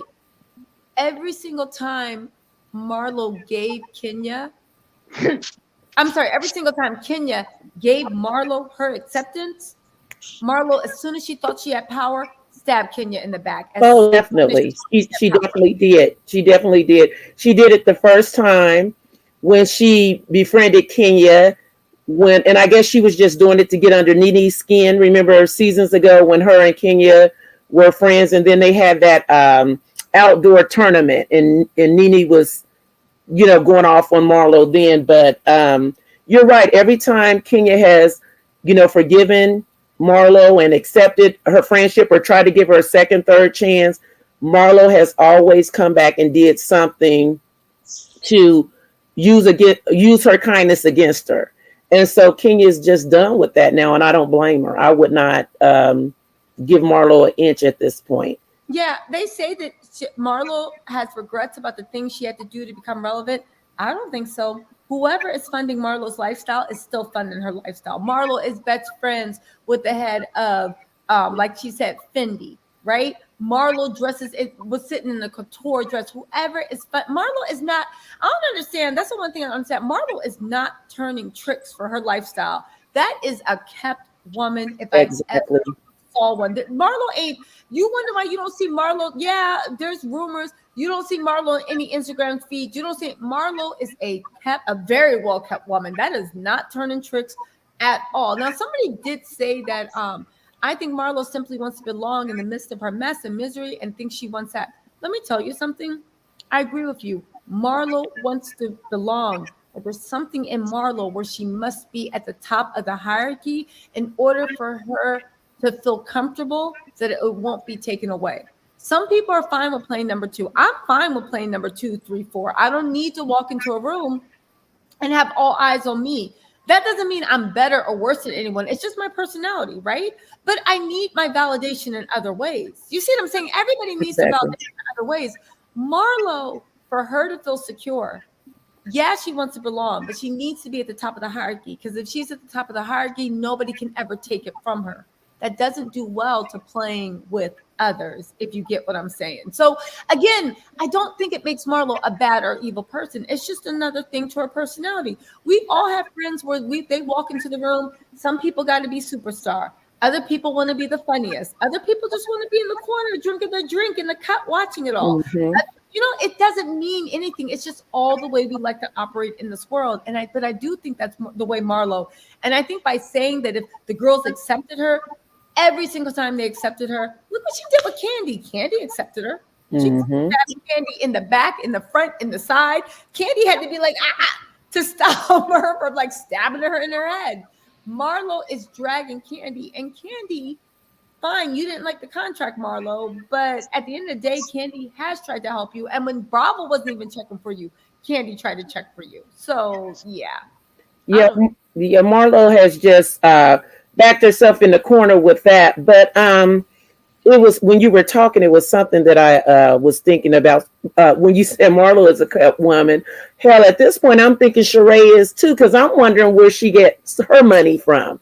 That house, and then now this line or whatever. I mean, we don't know what Sheree does or where she gets her money. At one point, I thought maybe she was doing, being a trainer, and some people can make a lot of money with that. But I don't even think she really ever said that she was doing that or not. Where do you suppose she gets her money from? They had the little rumor that maybe Tyrone was funding her, getting the house built or whatever. But I'm still confused and wondering where she gets her money from. So listen, this is my fan fiction, and y'all jump in here too. Adam, Betty, Nikki, jump in here. This is my fan fiction, but I will. Anyway, Nikki, you still got playback, so I can't add you into the stream. This is my fan fiction. This is honestly what I think happened, and this is why I think that Sheree is so mad at Tyrone, right? I think when Tyrone went in, because she was messing with him for a minute, right? He was getting that money, that Simon Gabodia money, right? Getting it when it's good, and when it's not, it's, you borrow $50 from your mom to go to a grocery store. But I do think, it's my opinion, I do think that when he went in, I think that he was filling Sheree up with thoughts that he got some money out here. Now, he may or he may not, but I think she was filling his head with thoughts, right? And I think that Sheree, because don't forget, she was in Uganda. It's my theory, it's my opinion, okay? Don't forget, Sheree was in Uganda. Don't forget Fatima. She's like one of Akon's, she's one of Akon's girlfriends, right? Okay. She's into that moneyed African circle that every girl in Atlanta, for some reason, I don't want to say every girl in Atlanta, but a lot of the Atlanta housewives were biting at the chomp to get at. Now, who do I think is funding Sheree's lifestyle? Maybe some of those Africans are funding their lifestyle. Now, again, I don't have any proof. It's just the point of who Sheree hangs out with what's going on. And the way Tyrone rolled up with that fashion show, and then Sheree, the way Sheree was like, get out of my face, and the way that she dumped Tyrone to be with Martell. Martell is broke. I think that Tyrone was writing to her in jail, getting on that emotional angle, like, yeah, girl, you know, I got money on the outside, and when I get out, it's just me and you. I just can't touch it right now because, you know, it's buried under an oak tree with 3 stones underneath. I really think that he capped her mind up and had her thinking that he had more, and it was just like a pen pal, and she was doing stuff. And I think that's her anger at Tyrone, not because he stood her up, but because she realized that all the shit he was saying to her was BS. And here's the thing, right? You know, when you got somebody secure, right? And you got somebody that's a little bit of a wild card, but they still might be good. Tyrone was tapping her head up with why he's the better choice, this and that. And I think Sheree at the end of the day was like, oh, you know what? It's cool. I'm going to have my fun. I'm going to have my friends. I'm going to have my sponsors. But when this man get out, this is love forever. And he got a little cash too. So once I get my house done, Tyrone got enough that he can like pay the bills and this and that. And Sheree wants to be married. She wants to be chosen. I think that that was the thing that pissed her off, the fact that you let some prospects go because you thought you had a sure thing, where if you knew that he was just some guy in jail wasting your time talking trash, you would have put more effort into these other people that might have turned into a long-term mate. I think that's why she's so mad. But again, that's my fan fiction, because I don't think Tyrone had money. I think, honestly, her hanging around with Fatima, doing this, doing that, you had funders. You had funders. Well, Tisa, I would like to interject, if I may. Please. Remember, Tyrone is the reason. Let's just recall the reason why Tyrone was in jail and what he's known for. Tyrone is known for scamming, wire fraud, and things of that nature. So I don't think that Sheree was just a fool in love in that situation. I think she was. I think that she saw a purpose for Tyrone, and he fulfilled his purpose. And because he couldn't do the storyline thing with her, she's like, all right, bye. But let me tell you something. Maybe, but let's also not forget that prosecutors will come, and if it's $1 of dirty money, they will take your whole lives away. I do not believe that Tyrone's money built Chateau Sheree, because if it did, the basement, not the whole thing, just the basement. That's what they say. That's what they say. I don't know. Even the basement. Even the basement. You know that if you get $1 of illegal money to build a house, that they can snatch that whole house. That is true. The basement. Because if they did, the feds and whoever else, Sheree would have a case around it. That house would be in foreclosure. But Tisa, do you honestly think Sheree's the kind of girl that even thinks that far? Or is she just seeing the money, the glitz and the glam, and she just grabs Here's the thing about Sheree. I don't think Sheree's a thinker. I think that Sheree is a little scammer, but I also think that Sheree is easily scammed. I think Tyrone came in, because think about it. Think about Sheree. She's always picked the wrong team. Even in Housewives, which could have been a paycheck for her, she's always picked the wrong team. I believe that maybe before Tyrone went in, you know, he broke her off some cash. He was talking trash. She thought he had was sitting on little whatever. Sheree, I think, was basically like another Portia. Somebody can get in your mind and tell you anything, and you don't be like, well, wait a second. If you have all this money, how come you don't have this? How come you haven't done this? How come you haven't done it? I do believe that Tyrone talked his mess. He talked a good game. He gave her that prison. That prison talk is lethal. You better block that from your phone. Listen, I don't even get involved. Sorry. Not the prison from your phone, guys. You're a ghost. You're a ghost. Literally, too many people. We've seen Love After Lockup. You're right. Girls and guys. That prison game is something else. That's on a whole other level. Have you literally laid on an air mattress in a trap house a la favorite parts? But literally, I do think that Tyrone scammed Sheree. I think he talked a good game. He maybe had his friend backed him up, and I don't think Sheree has discernment. If Sheree had discernment, then why would you be involved in a PR relationship with Martell Holt? A damn narcissist that is literally torturing his baby's mom in real time.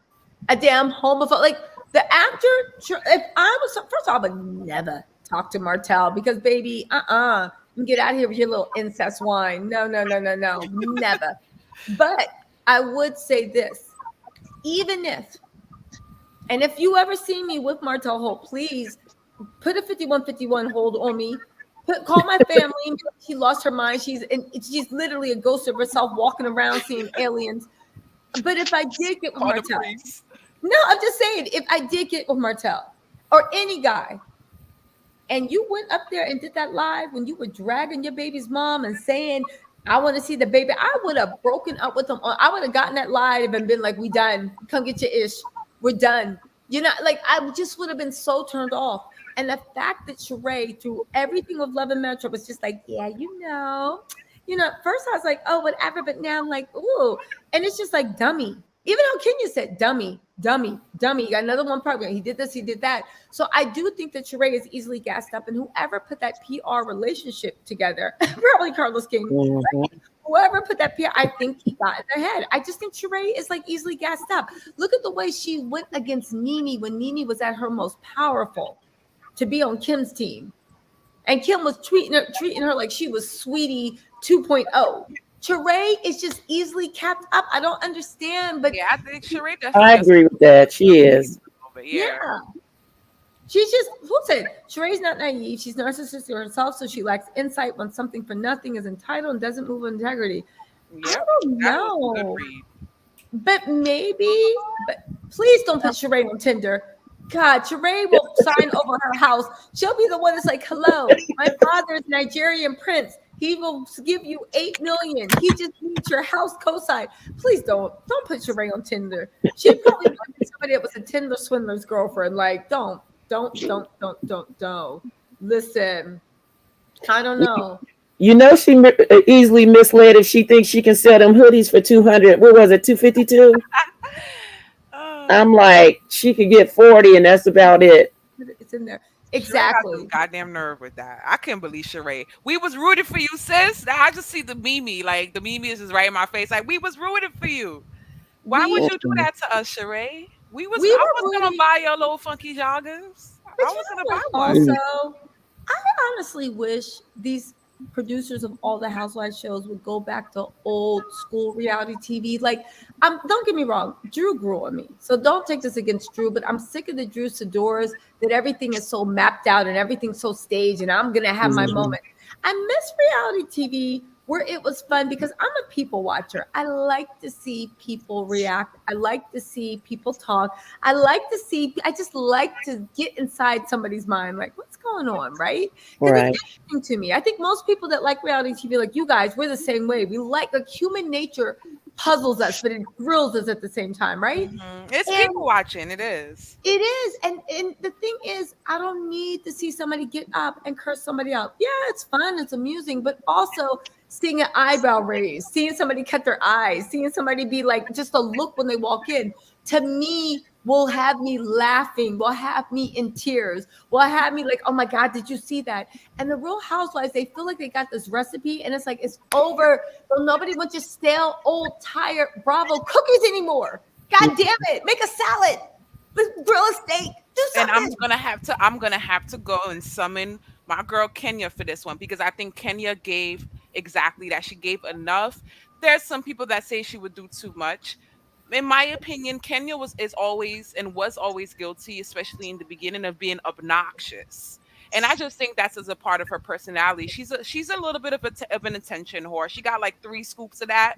So she does like to be the setter of attention. And I think because she understands TV, she understands what's entertaining, she does try to steal the show at times. And I think that's why Kenya was off-putting in the beginning, because there was nothing like that on Real Housewives before. When Kenya came on, she brought a whole new different element to that show, which is like, this is this girl that's gonna come in and steal the scene and steal the show. And it was obnoxious. It was obnoxious to the girls. I like obnoxious people. I think obnoxious people too. I mean, do, but you know why? So that doesn't make her bad. It is what it is. But I don't like when people try to act like Kenya was evil or she did any like really malicious things. I don't recall her doing anything like that. I recall her being very obnoxious, being very much like the girl who's going to steal the show, who's going to steal the scene, and all the other girls were very annoyed with her because of that. Well, I'm sorry. I think it was not so much that she came on initially being obnoxious. I think when Nene kept trying to present that I'm the head, be in charge, Kenya just kind of said, "We'll see about that." You know what I mean? And how they all turned against her initially or whatever. And so I just thought, like Kenya said, I'm the moment, and I'm going to take the moment.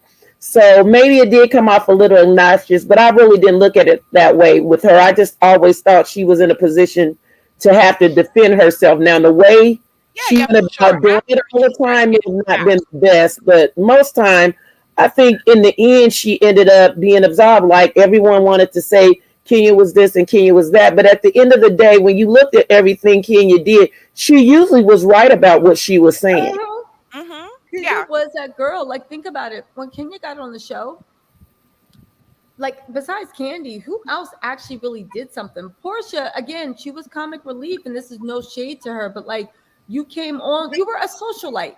You were a socialite. Great. But we all know the same way they clown Tinsley on Run Housewives in New York. What do you do? Like, there's nothing, whatever. And the thing is, Portia could have spit back with them, bitch, I'm me. But Portia was also insecure of the fact that you're around these women that have done stuff. Nene had the big personality. Kenya is obnoxious, but she is, but not in a bad way. I like obnoxious. I don't think it's a bad obnoxious. I think it's a everybody. Good yeah, no, but I know what you're saying. Like, Kenya is a lot to take, but people with big personalities are fine for her to sit down, because it's just like, go ahead. You know, like, you just go back and forth with her. That's why I don't understand why none of the girls realize that. All you got to do is meet Kenya where she's at, and y'all are gonna make great TV. Just get in the seat with Kenya and give her and give back what she's given. Right. Butt her about it. And the funny thing is, Kenya clocks out at the end of work. Like, okay, that was good. Talk right. to you later. Right.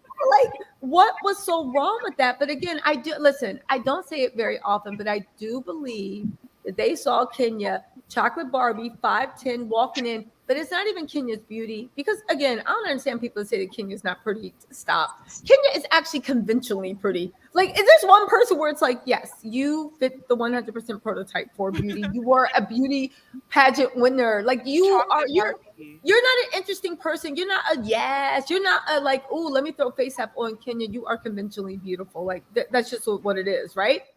She might not be your cup of tea, and she might not be your preference, but when you line her up, nobody's gonna call that girl ugly. She's like, yeah, she's pretty. She's just not my preference. Now, I will say this, right? Kenya is not just beautiful. I think what really got the girls mad is Kenya is quick with it. And she's smart as all get out. Smart as a fox, okay? She's smart as a fox. She's super quick with it. Smart, and Kenya is funny. Most people that are quick with it are funny, right? So I think that's what got that. When they tried to do their little stale, tired reads, Kenya would literally twirl around them, and they couldn't catch up. That's why Portia exploded and tried to knock her down a peg, because she was tired. I feel like the alliance thing started because of Kenya. That didn't even happen on Real Housewives before. But all of a sudden, these girls want to team up just so that they can have help when they're arguing with Kenya. Exactly. You guys, somebody's saying that Kenya's obnoxious. That not mean she's obnoxious. You guys just take it for what it is. She's speaking it through the lens of people that can't deal with the way that she was perceived. I can see she's why perceived, some people not her like actually being obnoxious. I can see why some people don't like her, but I don't understand why we need to add all the extraness. Kenya doesn't come off to me like someone who's evil or who's malicious. She's just a girl who's going to seal the scene. She's going to do what it needs. She's going to give you the TV. And to the other girls on the cast, I can understand why they would be mad at that, because they want to be the star. So, of course, you're not going to like the girl that's coming in and stealing your moments and stealing and taking over the show. But as a viewer, I don't have no issue with that. I'm entertained. Exactly. Kenya always entertained me. She's one of the most, and even now with her being lighthearted, I don't know why they don't like it. I love it. I'm like, keep going, Kenya. It's a good look on you. I just want to ask you guys something though. What did you feel about, like, with this reunion? What do you rank this reunion out of all reunions? And also, I was talking to someone today and they had a good point. Why does Bravo always feel like they need to have a 3-part reunion?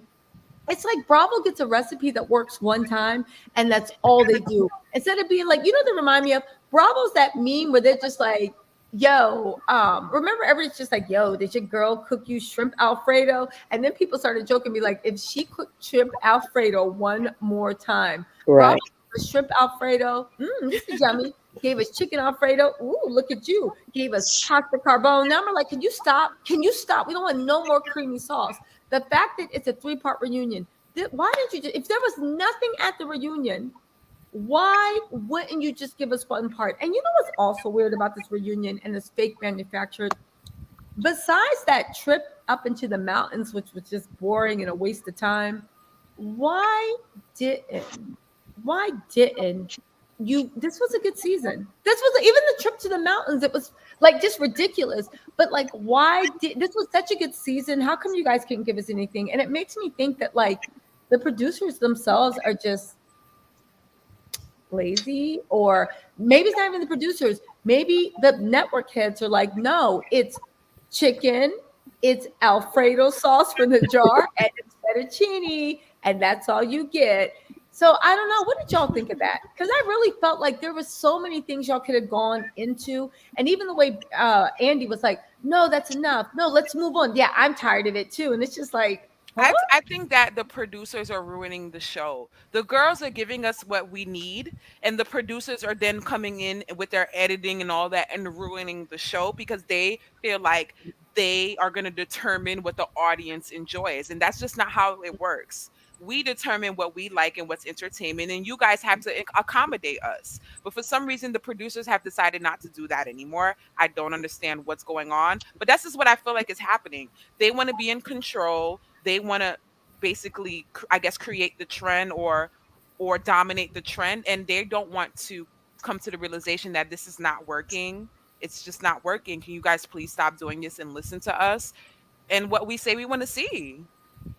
Yes, I agree with that. And I think the reunion, I thought it was pretty boring for the most part tonight. I would give it probably 6.5 for the most part. Hopefully it will pick up next week, maybe the week after. But just in relation to the show, as you guys did be, I like people watching. So there's some people may think Kandi is boring. I like Kandi, and as a Black woman, and I work for myself, I would like to see more of that. Kandi, what Kandi's doing, how she's running her business, how Kenya is doing her business. But it's like they don't want to give us anything like that. You know, people think that that's boring. And I agree with you. That cabin scene, they could have kept that. That was just a bunch of nonsense. Yeah. Up there. The Jamaican trip was a little more exciting. Of course, there's a little more drama with that.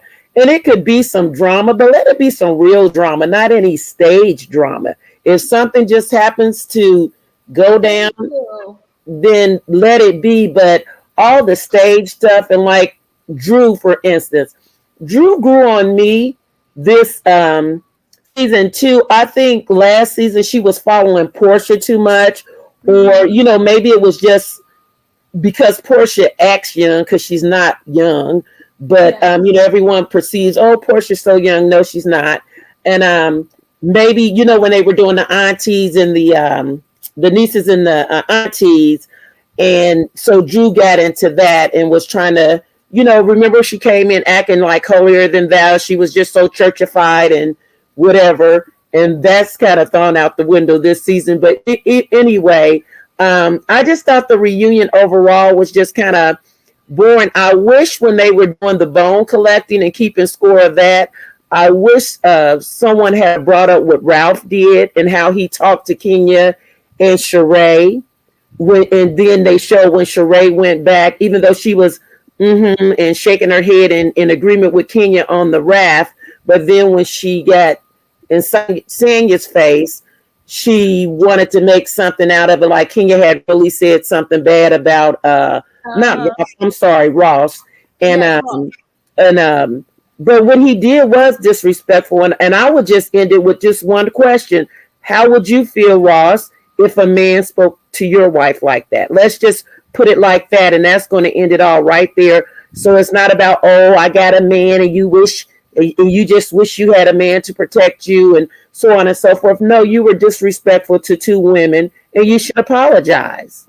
And so, yeah, but I would just prefer if they would just get into a little more of what's going on with the women in real life. So I don't find Kandi to be boring. And I thought Kenya was more lighthearted and comfortable this season. And we got to see with a lot of us who follow Kenya in other times, not just on the show, see how she really is. Yeah. And I just wish Drew would stop being teen too much. I like Drew, but she's teen too much sometimes. With the over talking and the, and the throwing the bones, and you're too old for that. All of that is just immature to me. Maybe it's because I would be an auntie because I'm an auntie. I'm in Kenya's age range, so it just may be where I am in my life. Exactly. But you guys also, there's 707 people watching this live. Please hit that like button, help this push up in the algorithm. Don't forget, tomorrow at 6 p.m. Eastern Standard Time, I am questioning, grilling, being shady with Kandi. I will be there. Going live at 6 p.m. Eastern Standard Time. Y'all don't embarrass me, but come with your questions because it's going to be really good. I also want to say that I completely agree with you. I do want to say this, and I believe Small Hands has a good point. I don't like the need for storylines. 2 years ago, we never heard that terminology. And since Portia and Fallon thing, we've been starting to hear that word. The storylines have run its course. They need to say Bravo to pull back on the storylines and let things happen organically. yes. Again, the problem is, don't nothing happen organically in those lives, but I fail to believe it because even in our lives, funny things happen. Just us going to get coffee, us going to do this, us going to do that. So I don't think that. I do just want to say this also, right? I really honestly never understood the hate that Kenya gets. I think it's unwarranted. I think it's just, I don't understand. But then again, I've never been in a situation where someone's existence makes me feel like less of a person. Right. Yeah. And I've been around some beautiful, talented women. Like just when I just walk in the room, you ever walk in the room and you're just like, now how did that happen on your face? Because wow, right? I've been around some women that I literally, when they're talking, I'm like, I'm not even listening to you. You are so pretty. I've been around people that are smart, beautiful, funny, all and God, I just never been around someone that just made me feel like I wasn't enough. And I do think that Kenya triggers people like that. Again, again, everybody talk about like Kenya's being a girl's girl. Kenya is cool with everybody. Your fave is the one hiding in the house with her little Herman Munster, right? Drew. Nobody says Drew is fake or evil. I mean, I have said she is fake, fine, but nobody calls Drew evil, and Drew's done some stuff. Again, all the girls at this point are playing a role. I am glad that we seem to get a little more of Kenya's real personality. Why do I say that? Because this is what the people in the industry know her as. This is what the people that have known her. Kenya got girlfriends she's known for 20 years. Exactly. Those people with an evil heart have friends, the same friends for 20 years. I just don't care. You know? When Kenya dropped that tea, she was like, me and Lisa Ray was just talking on that interview. Lisa Ray said I could borrow her car anytime. But that lie you told Marlo was a lie. I was like, But listen, I will say one thing with that Andy Cohen. Andy Cohen is so annoyed by Marlo, and it's sad. It's almost like the same way. And so I say, I know, but I'm going to get into it because Real Housewives of Potomac is coming up. It's the same way Andy can't seem to stand Candace. I think when a woman comes around and she's not playing, what was me? My man left me. My mom didn't love me. Everybody. I think when a woman comes and she's like, yeah, I've had my trauma, but I'm here and I'm worthy and I'm just going to fake it till I make it. I don't know why. I feel like it annoys Andy. Andy always makes friends with the girls that are complete train wrecks. Bad relationships. The only person I will say that is not true on is with Kandi. Kandi has her shit together, and Andy Cohen seems to really, really like Kandi. But Kandi, I will say, and we're going to talk about this, she is a master maneuverer. Kandi knows how to stay neutral and friendly with everybody, even her worst Candy's a businesswoman. She's a boss. She's a boss. So even then, she knew how to befriend Andy, but still keep him at that thing where it's like, but don't, you know. What is that? Did you You ain't got did you hear about you know. watch your mouth. That's Kandi. That's Kandi. You know. Right. Did you hear about the shooting on Candy's what restaurant? Oh, yeah. Like, Yeah, apparently it was her cousin Melvin, but everybody's saying from again, when I say everybody, I've been watching the news like everyone else. It was just a light wound, and That's he's out good. of the hospital. Again, this is what I heard off of blogs. Um, Sending prayers to Candy's family. I hope it's nothing more serious, and I hope they caught the person that did it. You know, since the pandemics happened, people have been acting They crazy. have lost their minds. Yeah, it really, really has. Like people have just they started up some mass shootings and all that kind of stuff. exactly, Adam. Like people have been acting crazy. Even faking romantic relationships with like Tom Holland's and Cohen. Yeah, Sure. exactly. No, I feel you totally, definitely. So, like, yeah, to Adam's point, things have been going crazy. So, it's sorry it spilled over into our family, but yeah, it seems like hopefully he's okay. That's what all the reports are saying, but I don't think Candy's commented on it, so maybe he is okay. We'll find out tomorrow. So, I don't mean to laugh at that. It's not funny, but you get what I'm saying. You know. Yeah, me too. Yeah. We're here. We're here, Adam. We get each other. We get What do each you other. think about Sanya during the I noticed a couple of things about Sanya during the reunion. What do you think, Tisa? I think Sanya is she probably regrets the way that she was portrayed. I don't know if it was just a portrayal or if it was all just her, but I feel like Sanya is like a little bit kind of scared because she doesn't want to lean into the way that she was portrayed on the show, and I feel like she's doing a lot of damage control. I 100% think that she is doing damage control without a doubt. I think Kenya was in Jamaica hanging out with her. And she should be doing that because here's the thing: when Sonya first came on the thing, I really liked her. I liked her a lot. That siding up with Marlo, no, but her and Kenya have gotten a lot closer. I listen. I actually think Sonya fits seamlessly in that cash if she would just stop being under Marlo's butt, right? Mhm. I think her family's interesting. I think that she is funny. I think her family's funny. She took us to Jamaica and served us jerk chicken and rice for 5 meals, but whatever, right? Um, that's my pet That's the peeve. bitch fish. You know, yes, you guys know I will now. That's the thing. I walk into a place and I'm like, so what's on the menu? What they serve? I go to people's weddings and I'm like, so what are the dessert options? Like I'm all about my food, right? So Yeah, yeah. So, but honestly, I like Sonya on the show. I think she fits seamlessly in the cast, and I like the way she's messy. I like the way, like you said, Betty. You maybe it's because she's Jamaican. I like the way she runs back and she's like, "Yeah, so and so said this," and I love the way she jumps in and out of conversations. I like her She be energy. all in the mess. Yes, but I just didn't like the way she got this weird alliance with Marlo, and it's like that's a producer's fault. Stop letting people think you have alliance. Just like That alliance stuff is so stupid. I was it like, is. this is not a war. Like, why do you need an alliance? I don't they even understand that. listen, they tell everybody they need alliances. It's all this stuff. I just don't understand it. I don't understand why.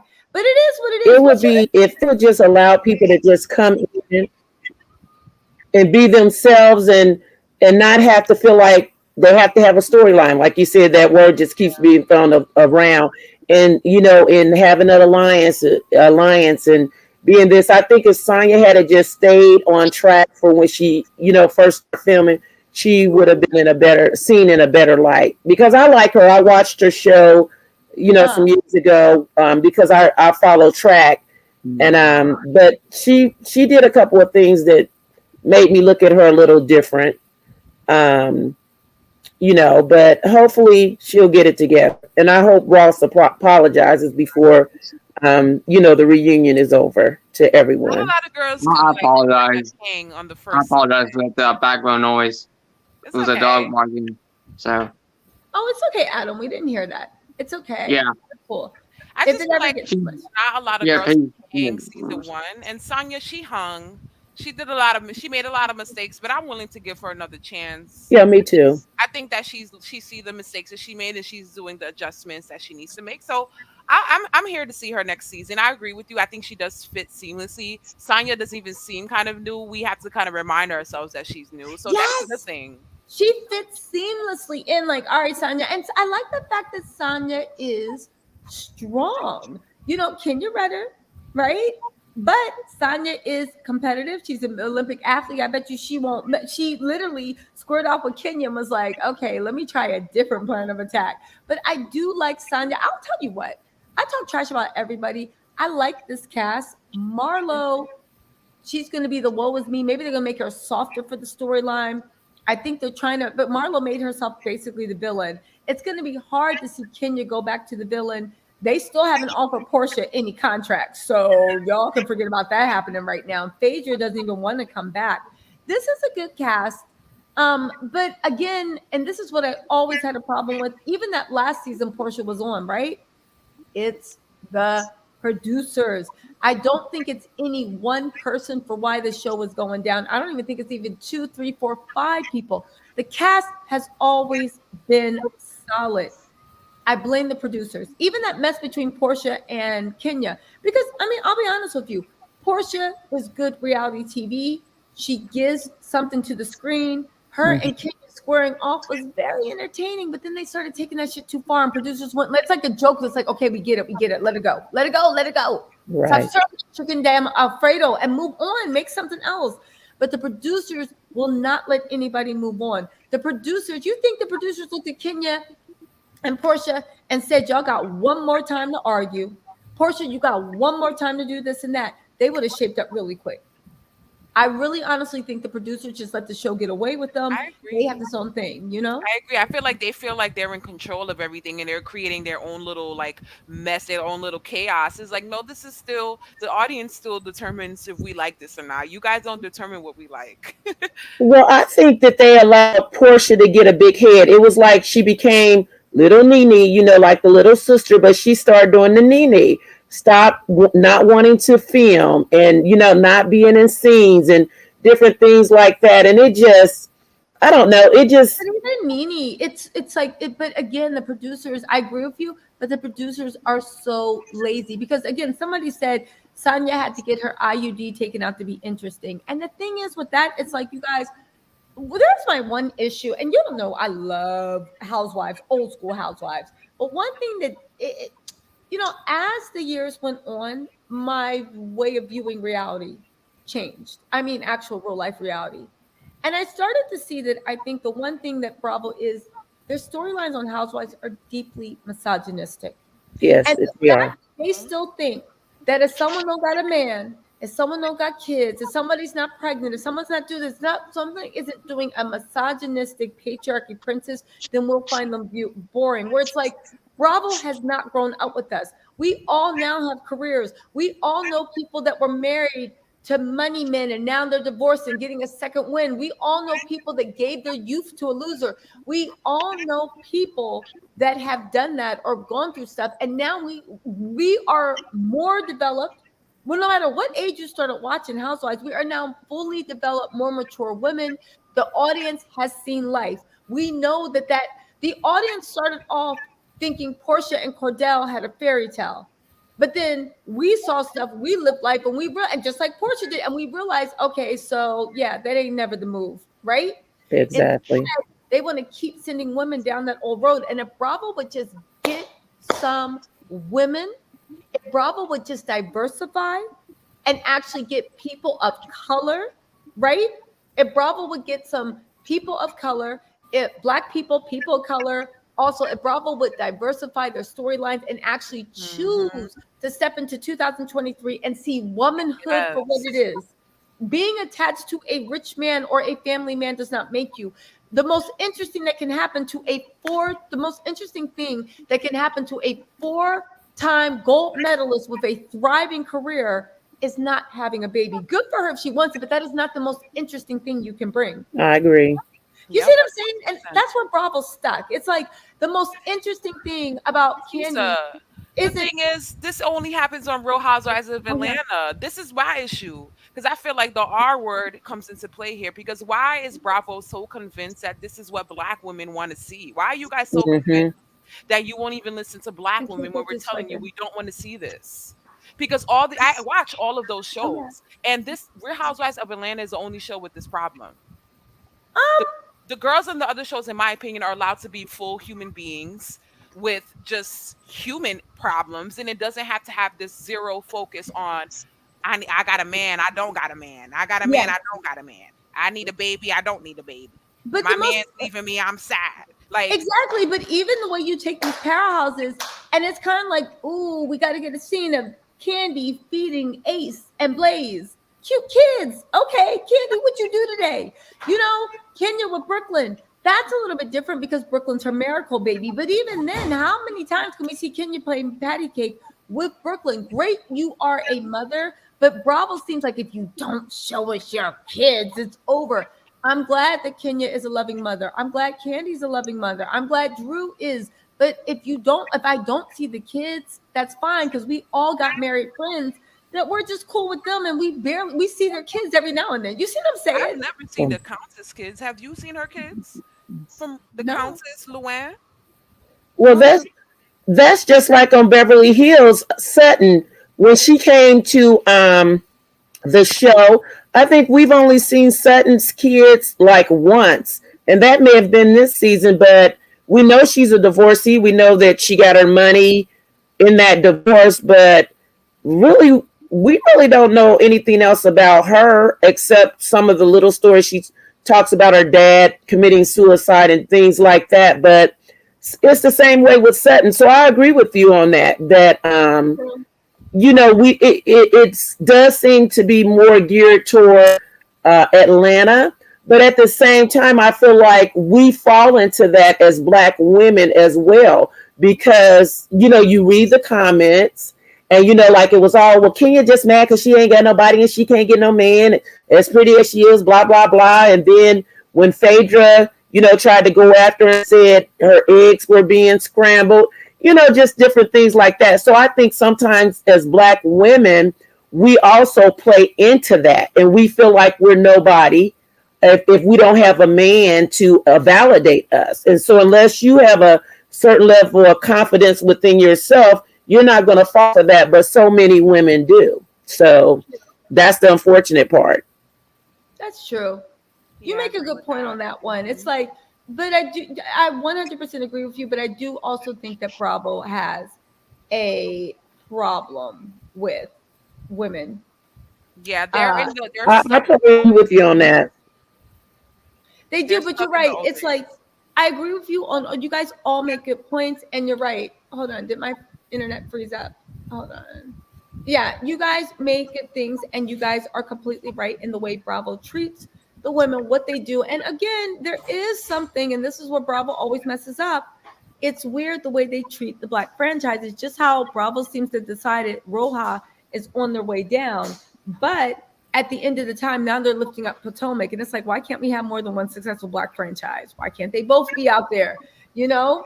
But it is what it is, what it is, right? And look at how Atlanta was the number one show in the franchise for so long, but look at the trips that they all always went on. It's like they never had any of the fabulous trips Ever. that the other shows had. Now they Beverly Hills did went get to to go Hong to, Kong. right. They did go to Africa and then Hong Kong, but I'm just saying over the 14-year, well, this case 15-year span, they really didn't have the more luxury vacations like the other shows had for them to be number one for so long. True. I True. agree. But listen, you guys, thank you so much, Betty, Adam, again, TG. Thank you so much for you guys calling in. This has been a wonderful live. I will see you guys tomorrow at 6 p.m. Eastern Standard Time for Miss Legs, Lips, I and will be Body. there. Everybody else better be there too. All 720 of y'all better be there at 6 p.m. Eastern Standard Exactly. And who Time. sent me a cash app? Oh, Callie Steve. Thank you. Before I go, Callie said, I still think the current cast should be carried over to next season. No, Portia. I agree with you. Here's the thing. And a lot of people think I'm anti-Portia. Would I ever invite that woman in my house? No. Would I keep a man, my purse, my wife? No. But for TV, I don't understand. I guess I'm like Portia. Y'all love hearing me talk about Portia. So I'm like, give her a show. This is going to be great for me, right? So it's kind of like, I get that. But here's the thing. I agree with you, Callie Steve. It's not the point of like no Portia. It's the point of when you find magic, let it develop. They seem to forget that even Real Housewives didn't hit their stride until what, season 2, season 3? Mhm. Yeah. You remember Atlanta Yeah. season 1? It was like, oh, that's cute. It hit And these their stride season 2. these scamming moves, these scheming moves around towards the whole entire Real Housewives of Atlanta and all that kind of stuff. Yes. Is that similar to the Keeping Up with the Kardashians and the Kardashians show on Hulu though? It is like Real Housewives of Atlanta attracts scammers, and it's been said that Keeping Up with the Kardashians are scammers, so it's like they're practically twins. But yeah, I feel you, Adam. Anyway, you guys, They're already saying it. They really are. Good point, Adam. Good point. Just All like right, yes, just like okay. the 14 the Tom Holland's make one relationship though. We are always talking about Zendaya and Tom Holland. Next time I do a story on Zendaya and Tom Holland, you're gonna be the first person, and you can break down their whole relationship, Adam, because I know you are ready. So listen, everybody. I'm ready. Yes, you are ready. Anyway, Betty, Yeah. Adam, and TT, thank you so much for joining the live, and I will talk to you guys later. See you guys Have a tomorrow. good evening. Love Bye-bye. you, always. Bye-bye. Bye. Bye. Bye.